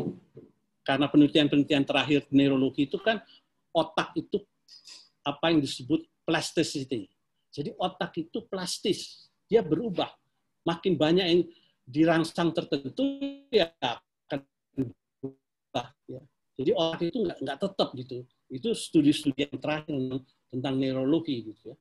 Jadi kalau kamu sekarang belajar dalam masa pandemik ini kamu belajar hidroponik, menanam itu kebun rumah, itu akan merangsang bagian otak tentang bagaimana menanam gitu. Oke. Nah, idenya dari Carol Dweck itu adalah mindset itu ada dua hal. Ada dua model mindset. Satu yang disebut fixed mindset, satu yang disebut growth mindset. Kalau growth mindset itu, lupa udah balik ke sini. Kalau growth mindset itu idenya adalah orang itu mau terus berkembang, selalu berpikir positif. Kalau toh dia gagal kali ini, dia mengatakan, kenapa ya saya gagal? Apa yang menyebabkan kok saya nggak berhasil ya? Jadi selalu berpikir positif. Sementara kalau fixed mindset itu di sini disebut give up easily, mudah sekali menyerah. Orang yang mudah menyerah itu adalah orang yang tidak pernah jadi pemenang. Itu kata-kata dari seorang pelatih American football namanya Vince Lombardi. Dia tuh selalu pedomannya begitu. Kalau kamu selalu quit, maka kamu nggak akan pernah jadi pemenang. Ya. Oke. Kemudian dia yang fixed mindset itu juga avoid challenges. Kalau di sini dia mau menantang, dia mau belajar dari orang lain. Itulah yang disebut growth mindset. Nah, teman-teman mahasiswa, saya mengharapkan Anda kemudian berpikir seperti yang biru ini. Jangan yang merah. Sehingga pikiran kamu itu jadi apa yang disebut growth mindset. Dan biasanya, menurut penelitiannya Carol Dweck, orang yang growth mindset itu kecenderungan suksesnya lebih besar. Ya. Jadi dia nggak selalu menyalahkan orang lain. Wah, habisnya saya nggak bisa karena atasan saya kurang memberi pengarahan. Nah, itu kan nyalain atasan gitu kan. Jadi seperti itu. Itu yang penting, dan saya ingin mengatakan inilah yang bisa kalian pakai sebagai pegangan dalam meniti karir supaya lebih berhasil. Itu yang kemudian kita sebut mindset matters. Gracias. Arigato. Thank you. Xie. Terima kasih semua. Saya kembalikan ke Pak Dedi. Silakan Pak. Terima kasih Pak. Sebelum tanya jawab kita tepuk tangan untuk dua pembicara kita dulu nih. Wah, ya. Luar biasa ini. Ya. Pak Roberto kok senyum-senyum kenapa ini? Enggak, tepuk tangannya. Gini. Kan saya bilang tepuk tangan, bukan reaction. Iya, Pak, benar. Ngeles. Terima kasih Pak Yo, terima kasih. Terima kasih ke Pak Iskandar. Ya, luar biasa kan. Ya, saya harap teman-teman ini bukan sekedar kegiatan minggu ketiga dari magang, tetapi teman-teman justru diinspirasi untuk, wah iya, saya harus mulai memikirkan karir path saya sendiri. Dan tadi ada sentilan, ada nasihat, ada hasil penelitian juga diurai. Tetapi yang saya catat adalah apa yang dikatakan oleh Mas Is dan Pak Yu itu bukan sekedar kata-kata mutiara oleh seorang motivator, bukan loh, ya. Karena semua itu dijalani dan dilakukan based on experience, ya, berdasarkan pengalaman. Itu yang membuat semua catatan yang ada di PPT, ya, dan hampir semua tidak sampai 20 PPT, bahkan hanya 10 sampai 12, luar biasa kan. Tapi karena ada landasan pengalaman yang luar biasa yang ini sangat berharga untuk dibagikan, ya. Demikian bermaknanya untuk kita bersama.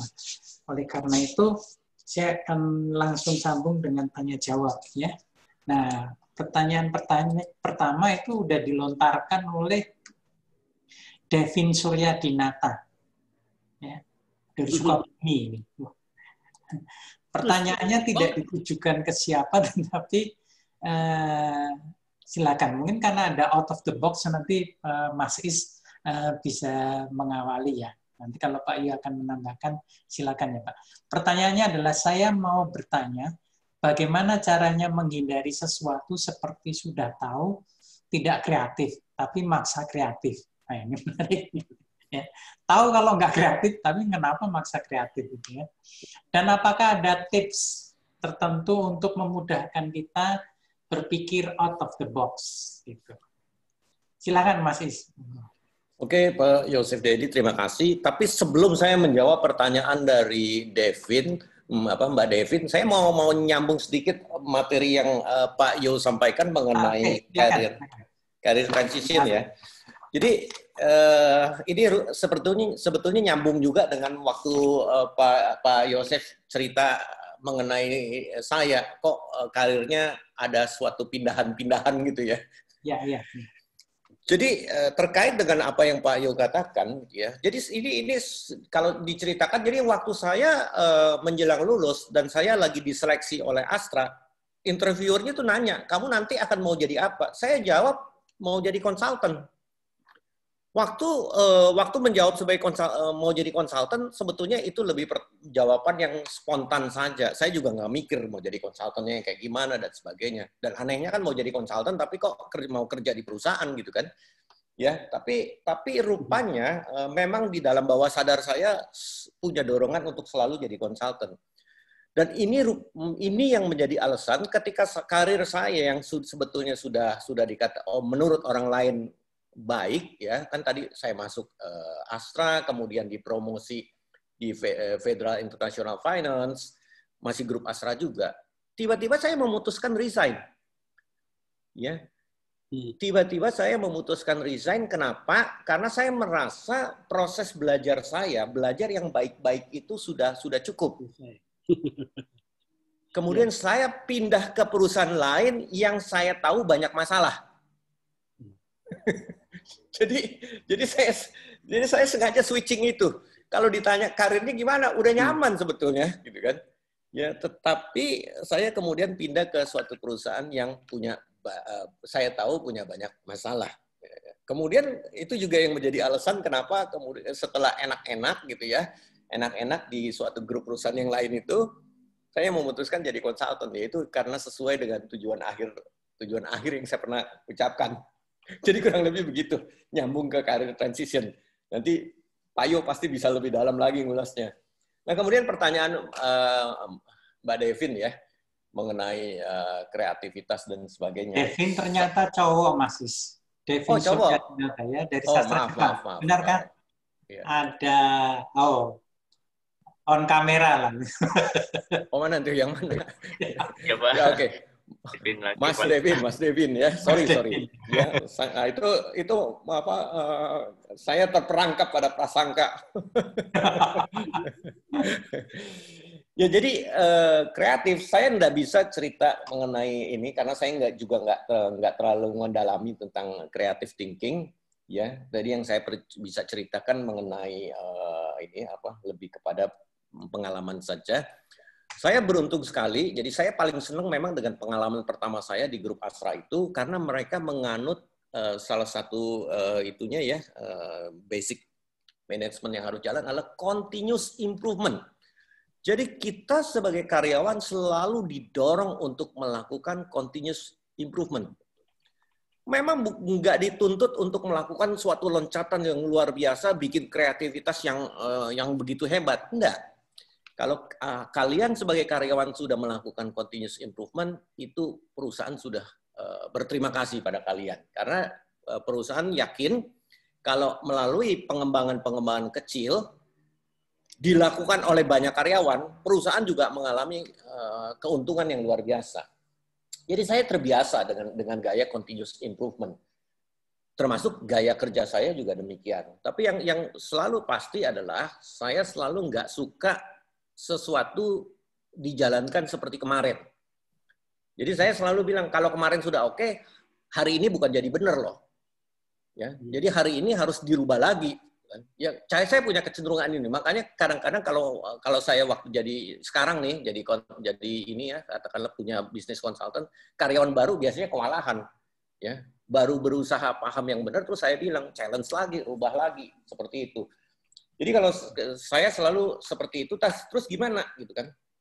Ya, saya punya kebiasaan untuk selalu berimajinasi. Saya tahu saya nggak punya kreativitas yang kelasnya tinggi sekali. Saya cuma bisa bikin improvement kecil, tapi saya selalu mendorong diri saya. Dan rupanya itu udah dari dulu, waktu dari kecil. Kenapa? Karena suatu saat saya mendengar dialog antara kakak saya dengan ibu saya yang mengatakan, "Mam, itu adek kenapa ya?" katanya. "Kalau di kamar sama di kamar mandi suka ngomong sendirian," katanya. Setelah saya pikir-pikir, ternyata dari dulu tuh saya suka berimajinasi.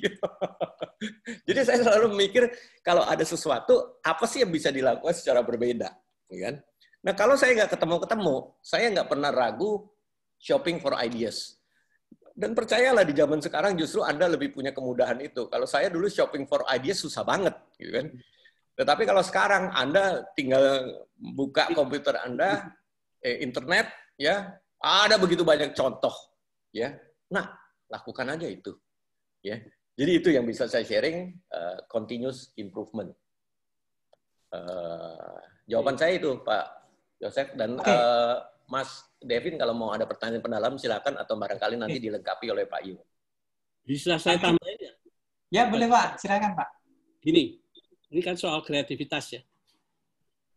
Nanti kamu cari di internet, namanya Teresa Amabile.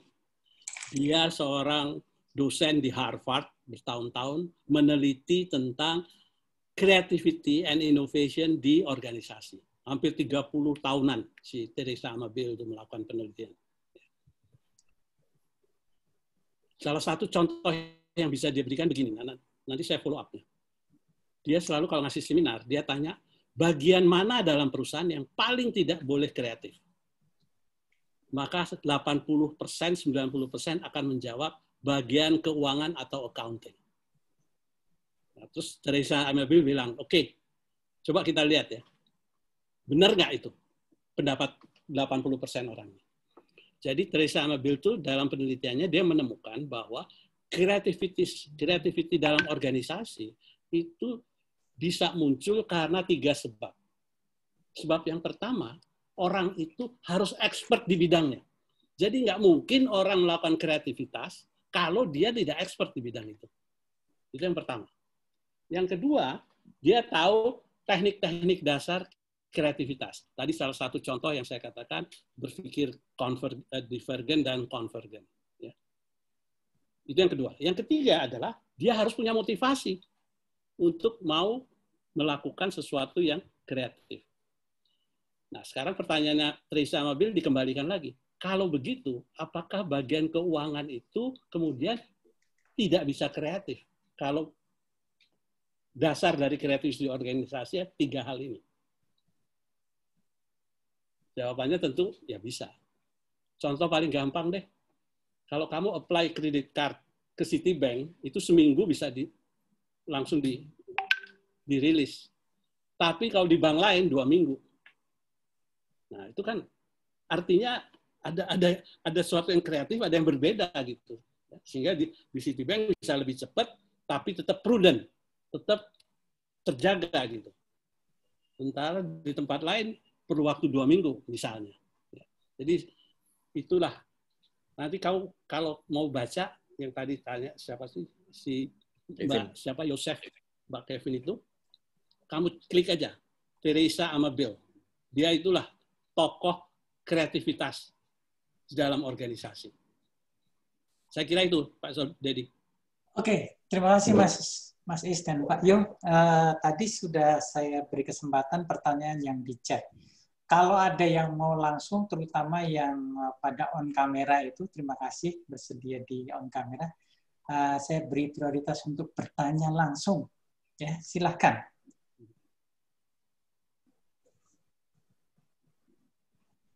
Ada? Pak Dedi, ini masih ada yang satu lagi yang pertanyaan yang ditulis. Ya, setelah yang ditulis, saya minta yang langsung dulu. Kalau ada, saya beri kesempatan. Ya. Tidak ada? Ada ini mungkin Pak Is bisa membantu jawab nih. Bagaimana jika nantinya kita kerap berpindah tempat kerja atau perusahaan karena adanya ketidakcocokan atau ingin mencari itu pertanyaan yang tertulis. Saya coba beri kesempatan yang mau langsung speak up, tanya gitu, yang spontan. Kayaknya Bu Olive mau nanya tuh Pak Dedi tadi katanya. Bu Olive silakan, boleh loh. Masih ada dia? Mana dia? Siswa dulu Pak, Bu. Terima kasih. Ya, mancing. Pak, saya mau bertanya, Pak. Boleh. Ini dia. Ayo, silakan. Siapa saya Hendrika Johan dari psikologi, Pak. Ya. Oke, silakan. Mau ditujukan kepada siapa? Saya lebih ke Pak Iskandar sih, Pak.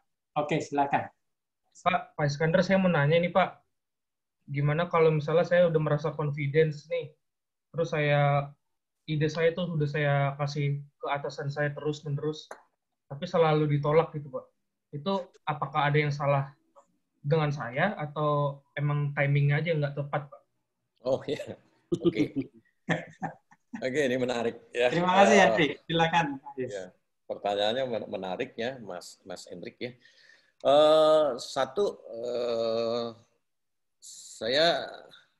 Saya punya, tadi kan saya bilang saya punya pengalaman kerja di 2 grup perusahaan lah ya. Di grup perusahaan pertama enak, kita selalu dapat kesempatan, bahkan di-challenge untuk melakukan improvement. Di grup perusahaan yang satunya, improvement, kreativitas bukanlah sesuatu yang menjadi key result area, bukanlah dianggap sebagai key success factor. Ya, yang dipikirkan lebih banyak adalah mengejar target-target itu saja, gitu kan. Nah kemudian, padahal saya kan orangnya yang tadi selalu bilang, Mas Hendrik ya, mirip kayak Anda gitu kan, ya pengennya kan ngajuin suatu ide. Jadi di situ saya merasakan bahwa, aduh, gitu kan ya, yang biasanya saya dapat dukungan, yang di sini nggak dapat dukungan. Agak ini ya, agak awalnya saya nggak nemuin cara gitu ya, merasa frustasi juga. Tetapi tiba-tiba saya dapat ide, jadi dalam suatu seminar saya dapat ide bahwa ternyata gitu ya, yang harus kita lakukan adalah ikhtiar terus-menerus. Anda udah bilang gitu ya, ikhtiar terus-menerus. Tetapi ketika ikhtiar terus-menerus, kita harus smart. Jadi yang salah adalah kita suka kasih kalimat gini, ketok pintu atasannya. Kemarin ditolak nih, Kita ketok pintu atasan. Ya kenapa gitu kan? Ini Pak mau ngomongin yang kemarin gitu kan. Ya, ngomongin yang kemarin dan caranya cara kemarin. Itu salah.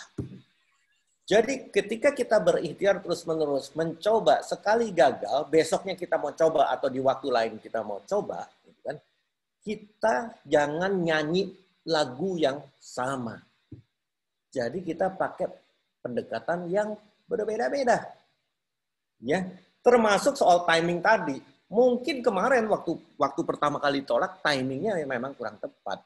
Dan kalau timingnya udah nggak tepat, bisa merusak segalanya. Ya, kita coba di timing yang berbeda dan dengan nyanyian dengan cara yang berbeda. Nah kemudian dulu, waktu pertama di awal-awal, waktu saya mengajukan ide, saya suka asik. Ya kan saya orang HRD nih, ya kan. Sebelum jadi konsultan, saya orang HRD. Saya suka asik menjelaskan teknis HRD. Tetapi setelah saya mengalami pembelajaran tadi, saya kemudian merubah. Saya nggak jelasin terlalu jelimet mengenai teknis HRD-nya. Saya jelasin mengenai benefitnya buat si bapak itu. Si bos itu. Buat perusahaan. Benefitnya buat dia. Kalau usulan saya ini dilakukan, maka yang dapat keuntungan paling besar dia. Ternyata itu mujarab. Ya. Kalau kita, daripada kita sekian lama cuma jelasin, jadi gini Pak, training tuh harusnya begini-begini, assessment tuh harus begini-gini, ya. Rupanya nggak terlalu mengundang minat. Tapi kalau kita bisa menjelaskan benefitnya, itu langsung, ya. Nggak sampai 5 menit approve. Gitu kira-kira. Oke, Hendrik, oke? Ya, terima kasih Pak. Ya, sama-sama. Terima kasih ya, saya apresiasi Hendrik bertanya. Selanjutnya, ini dari Jambi nih. Pertanyaannya untuk Mas Iskandar ini. Nanti saya sambung dengan yang menjabri saya ya. Ini berkaitan dengan atasan dan ditujukan ke Pak Iskandar. Bagaimana bila atasan di kantor itu atau kantor tidak mengizinkan kita untuk berinovasi dan menetapkan cara kita bekerja terhadap pekerjaan kita sendiri. Lalu sambungan dengan itu, bagaimana kalau atasan kita itu money oriented dan mengganggu pekerjaan karena visinya berbeda lalu dan sudah sangat mengganggu. Apakah ada saat di mana kita perlu cabut dari perusahaan itu atau bagaimana? Nah, ini nanti bisa Pak Yu juga yang menjawab ini. Ya, silakan Mas Is. Terima kasih Leandro dari Jambi. Leandro ya, Mas Leandro. Jawaban saya yang pertama mirip jawaban saya ke ini Mas Hendrik tadi ya. bahwa ya kita nggak boleh putus asa, jangan baru coba sekali terus kita udah ngerasa udah nggak bakal diterima. Ya. Kedua, kita tuh harus tahu apa yang disukai seseorang. Jadi kalau saya mau negosiasi dengan Pak Yoru Meser, saya harus tahu apa yang diharapkan beliau, apa yang dia sukai. Kalau saya mau menjual ide saya ke Pak Yosef, saya juga harus tahu. Gitu kan. Dan gunakan apa yang dia harapkan, apa yang dia inginkan, gunakan itu sebagai tameng dari apa yang kita mau ajukan. Jadi kalau atasan kita money oriented, ya jelasin bahwa ini money, ya ini money, ya ini akan menghasilkan revenue. Ya kadang yang seperti saya bilang dulu saya cuma jelasin mengenai teknis HRD dan kemudian karena mereka pimpinan kita bukan orang HRD, dia cuma ngelihat, oke, lu ngoceh apa sih, gue juga nggak ngerti-ngerti amat gitu kan. Yang kemudian juga minta budget gitu kan ya, duit gitu kan, ya ditolak. Jadi saya ngerubah gitu kan, ya saya ngerubah. Dia suka duit, saya hadirkan duit. Pak, ini ada ide. Jadi nyambung meeting kemarin, ini saya ada ide yang kalau diterapkan oleh HRD, kita bisa membantu bagian sales untuk dapetin revenue double. Seperti itu. Jadi dia suka uang, ya suka lah kita kasih. Ya, jadi kita gunakan apa yang mereka butuhkan itu sebagai tameng dari proposal kita. Seperti itu, Mas Leandro. Ya, menurut saya sih dari pengalaman gitu ya, yang awalnya saya suka merasa, oh orang ini memang susah, orang ini susah, dan kemudian kita menarik diri, merasa ini deh nggak usah deh, mendingan saya cabut gitu ya. Tetapi setelah saya coba strategi-strategi yang saya ceritakan tadi, ternyata orang tuh mudah loh. Jadi orang yang kita anggap dulu susah, justru ternyata orang itu mudah. Ya tadi, tapi syaratnya itu berbicaralah dengan bahasa yang dia suka. Ya. Itu jawaban saya, Mas Leandro. Terima kasih, Mas Is. Pak Yo, monggo. Saya kasih yang disampaikan Pak Is itu, saya setuju ya. Kebanyakan orang-orang psikologi itu, kalau bicara itu kan selalu teknikal psikologinya yang disampaikan. Padahal itu engineer nggak peduli loh, mau teori apa terserah lah pokoknya. Yang penting gini, terutama itu orang-orang training nih. Tanya ini, training gimana? Oke. Hasilnya gimana? Ya Pak, kan training itu pengaruhnya lama. Itu yang jawaban nggak mau diterima oleh atasan. Kalau kemarin udah berubah gitu, sekarang berubah. Kembali lagi, kemudian kita juga nggak bisa bicara dengan bahasa mereka. Bahasa mereka itu apa? ROI. Return on investment-nya gimana? Saya ngeluarin duit untuk ngasih training, saya dapat balikannya apa gitu kan? Itu yang harus kita cerita juga gitu loh. Itu kelemahan anak-anak psikologi di situ. Pengalaman saya ya dengan dulu-dulu ya. Jadi kalau kita bisa bicara, terutama anak-anak humaniora deh, itu kan nggak bisa tuh jurnalnya itu bisa diomongin kelebihannya gimana, masuknya berapa, kurangnya berapa. Harus bisa tadi istilah Pak itu betul. Bicara dengan bahasa mereka. Kalau orang-orang di atas itu kan mikirnya gimana nih? Uangnya berputar, oke, saya invest sekarang 3 tahun lagi balik. Atau 10 tahun, wah kelamaan kalau 10 tahun kan gitu. Dia akan cari kemungkinan yang lain. Gitu. Saya kira itu sementara hanya untuk menguatkan aja apa yang disampaikan Pak Is. Oke, terima kasih Pak Is, Pak Yo. Masih ada waktu, akan saya lanjutkan ke pertanyaan David Nathanael dari Tangerang, Banten ini ya. Nah, ini malah Pak Iskandar terkait berpikir out of the box, bagaimana cara membatasi pemikiran out of the box? Wah, ini kita dorong untuk berpikir out of the box, tapi bagaimana boxnya dibatasin lagi ya, agar tidak terlalu jauh keluar dan akhirnya tidak berhubungan lagi dengan masalah yang ada. Misalkan ini ya. Monggo Pak Is. Ya, kalau saya sih selalu menganggap out of the box itu kan suatu cara untuk menyelesaikan suatu masalah, dan masalah itu juga ada kriterianya kan, ada dimensi waktu dan sebagainya. Jadi kita nggak bisa terus-terusan mau berpikir out of the box kalau waktunya juga udah harus menghasilkan gitu kan. Jadi kita harus tahu prioritasnya di mana, gitu kan. Jadi jangan terpaku pada out of the box-nya, tetapi terpakulah pada solusinya. Jadi bahwa tugas kita adalah menghasilkan solusi, ayo kita jawab solusi itu tersebut. Bukan kita mau, jadi yang diharapkan oleh perusahaan itu bukan ide seaneh-anehnya, tapi ide setepat-tepatnya. Jadi itu batasannya. Jadi kalau terlalu banyak juga bahaya. Saya kembalikan, kita kalau waktu kita menyelesaikan masalah kan kita ada kerangka waktu, ada kerangka biaya, itu aja dipegang gitu kan. Ya itu jadi batasan supaya kita nggak terlalu jauh dengan out of the box. Kita kan kita nggak kerja di perusahaan Apple ya. Kalau mau ini inovatif ya kerjanya pindah ke Apple gitu. Oke. Terima kasih Mas Is. Pertanyaan terakhir ini. Untuk Pak Yo ya, ini dari Torana Rimana dari Torana Rimana. Bukan pandemi corona. Dulu ada mobil Torana itu ya. Bagaimana jika nantinya kita kerap berpindah tempat kerja atau perusahaan karena adanya ketidakcocokan atau ingin mencari pengalaman yang berbeda-beda atau tidak ada perkembangan karir yang jelas? Apakah lebih baik terus menetap dan setia pada satu perusahaan walau ada perusahaan lain yang kita incar? Terima kasih untuk Pak Iskandar dan Pak Yu. Nah, monggo Pak Yu. Pertanyaan terakhir. Ini, saya punya teman tuh, dia sekolah di Indonesia di universitas yang terkenal. Ya. Saking pinternya, dia tuh sering berdebat dengan atasannya. Terus kalau nggak berdebat, ya udah keluar, pindah. Jadi kalau lihat CV-nya, itu dalam 3 tahun 10 kali pindah kerja. Nah, pertanyaannya kan selalu di situ. Yang salah siapa gitu?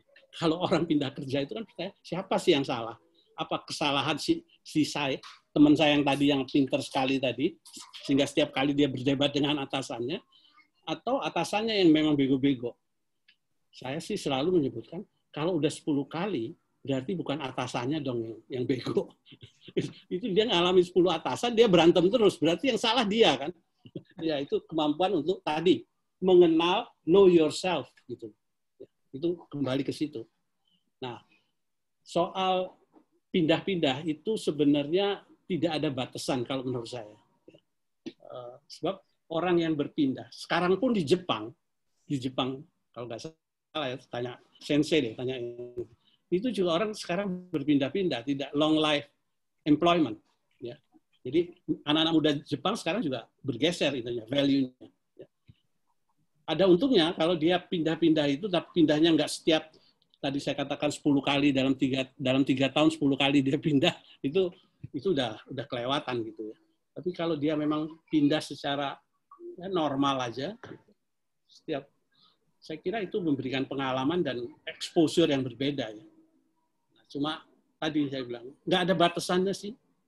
Kapan kamu bertahan, kapan kamu pindah itu, ya batasannya itu adalah kembali pada passion dan perseverance kamu. Passion kamu apa gitu dalam bekerja, kan harus kembali pada titik nol kita itu, cita-cita kita apa sih, tujuan kita apa sih, maunya kita apa sih.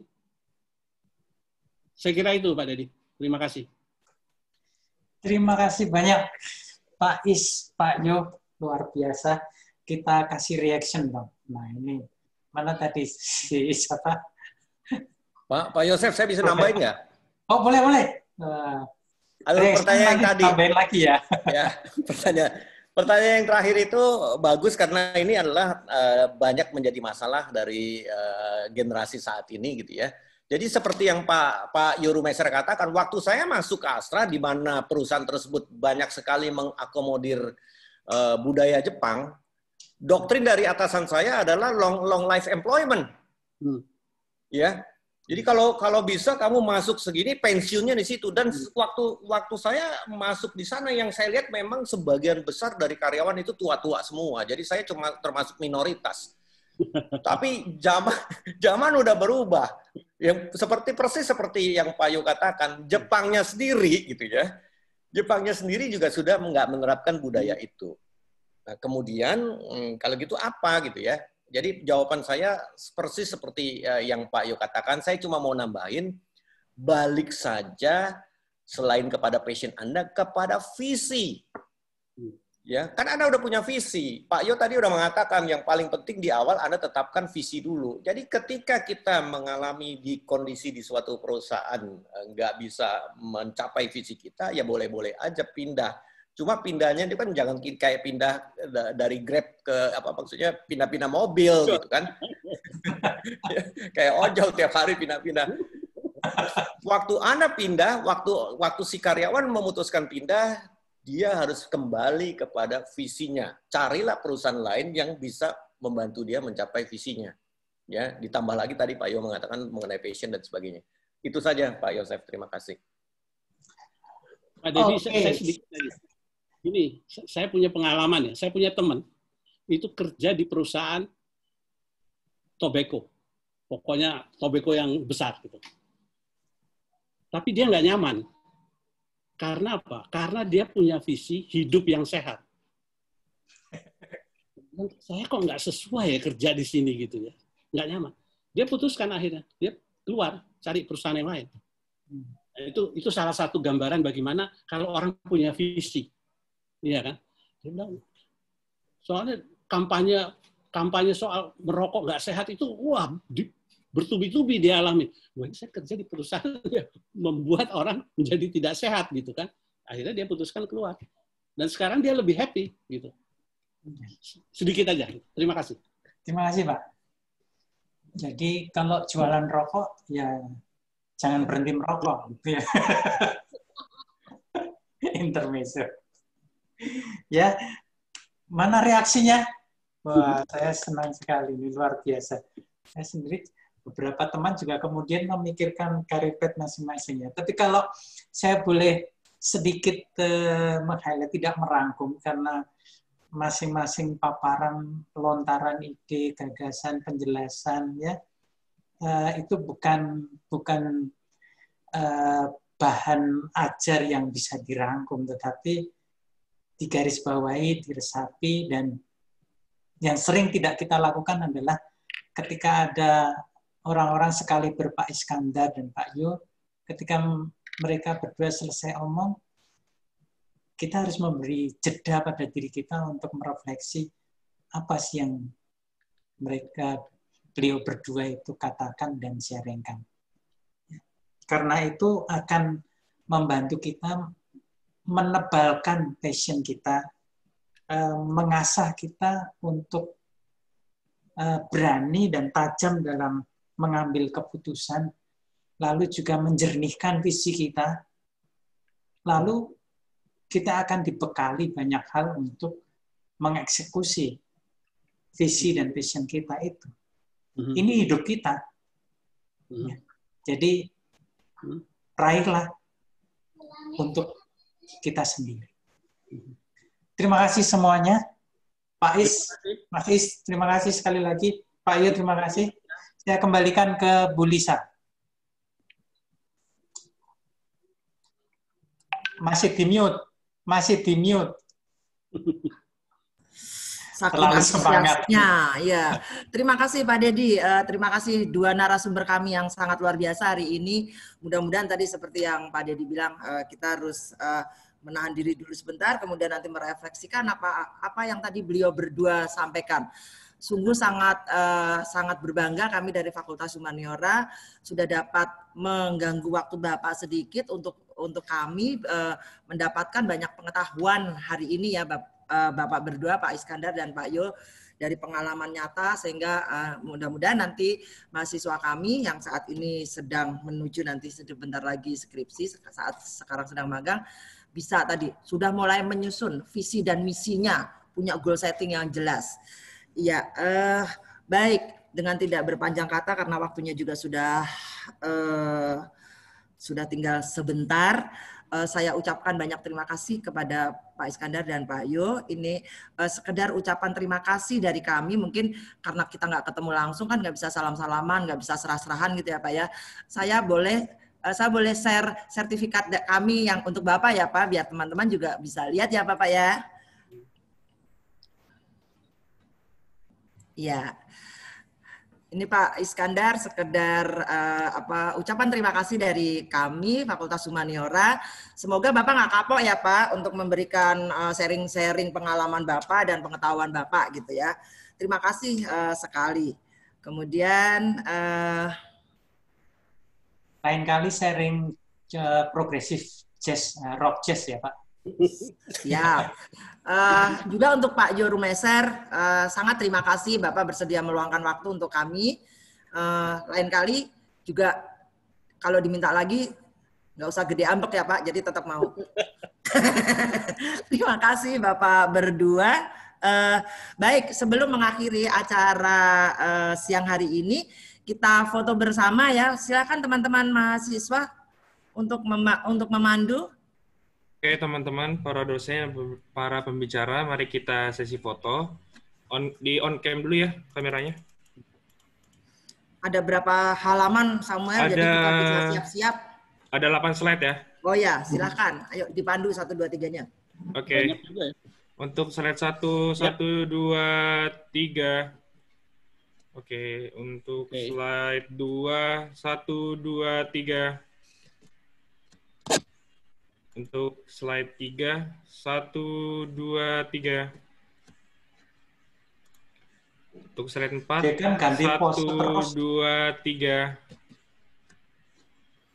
Untuk slide 5, 1, 2. Udah beda slide, masih gaya macam-macam. Gak apa-apa. Untuk slide udah lewat kali Pak. Untuk slide 6, 1, 2, 3. Udah lewat masih gaya macam-macam. Untuk slide 7, 1, 2, 3. Enric lagunya Black Sabbath. Iya loh. Saya Linkin Park aja lah. Untuk slide 8, slide terakhir, 1, 2, 3. Ya. Oke, udah Bu. Udah semua Samuel? Sudah Bu. Ya. Baik teman-teman mahasiswa dan para dosen dan kedua pembicara kami, terima kasih atas waktunya hari ini. Untuk teman-teman mahasiswa, kita ketemu lagi sesuai jadwal-jadwal yang sudah ditentukan oleh jurusan masing-masing. Sampai ketemu di minggu depan. Terima kasih. Silahkan teman-teman mahasiswa bisa di-remove ya, Samuel, Casey, dan Anissa. Bapak-bapak dan ibu-ibu boleh tunggu sebentar. Nanti mungkin kita bisa evaluasi. Ambil ngopi-ngopi, Roberto. Mesin kopinya masih ada kan? Ada, Pak. Ayo, terima kasih Pasti banyak, Pak Yo. bikinkan Pak kopi Iskandar, terima sambil kasih. mainkan musik. No. Terima kasih sama-sama. Pak Dedi kan di kampus, Pak. Silakan buat aja, Pak. Saya di rumah ini. Minggu depan saya masuk. Oke. Jam berapa sih? Jam 12 ya? Iya. Udah lapar ya, Pak? 9. Enggak, cuman suasananya kok kayaknya Mendung. ya. Mendung, Pak Jo. Bu Lisa mau diajak Pak Yo ke itu Bukris. Bukris nungguin loh, udah lama kali nggak ke Bukris. Iya lama. Bukannya nggak boleh. Kan nggak boleh. Boleh Pak sekarang 50% yang penting. Yang penting duduknya jajaran. Jangan main-main. Dia yang buka, dia yang Pak Iskandar tadi kan pokoknya kalau mendekati orang harus pakai yang dia suka gitu ya Pak. Nah kalau Pak Yo kita ajak makan-makan Pak. Di Bukris tadi yang disebut oleh Bu Caca tadi. Atau sarang oci Pak. Nah itu.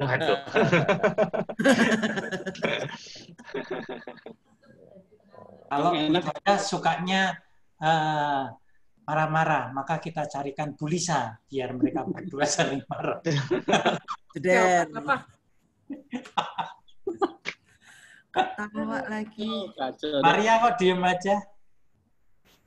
Ini udah habis semua mahasiswa? Oh belum. Bu Lisa dirimu di Bekasi? Iya sayang. Jangan ditarik lagi ke Kemanggisan ya Bu. Bu Dekan jangan narik saya lagi ke Kemanggisan. Loh, saya kerjamu tuh Kemanggisan, bukan Bekasi. Saya sudah ditugaskan kemarin oleh Pak Kajur, jadi dirimu jangan menarik lagi. Bu Lisa. Mbak Ira, apa kabar? Bagaimana dengan topik kita hari ini, Mbak Ira? Apik, Bu. Keren kan, Mbak Ira, keren kan? Coba silakan Pak Iskandarnya langsung digayat sebagai partner ya Mbak Ira, coba di follow up lebih lanjut. Oh, boleh. Nanti aku minta kontaknya sama siapa ini? Sama saya. Pak Iskandar ya bersedia oleh. kan kalau digayat jadi partnernya internship center Pak Iskandar? Gini caranya Bu Lisa, Pak Mas Is, ya. Todong dulu urusan belakang.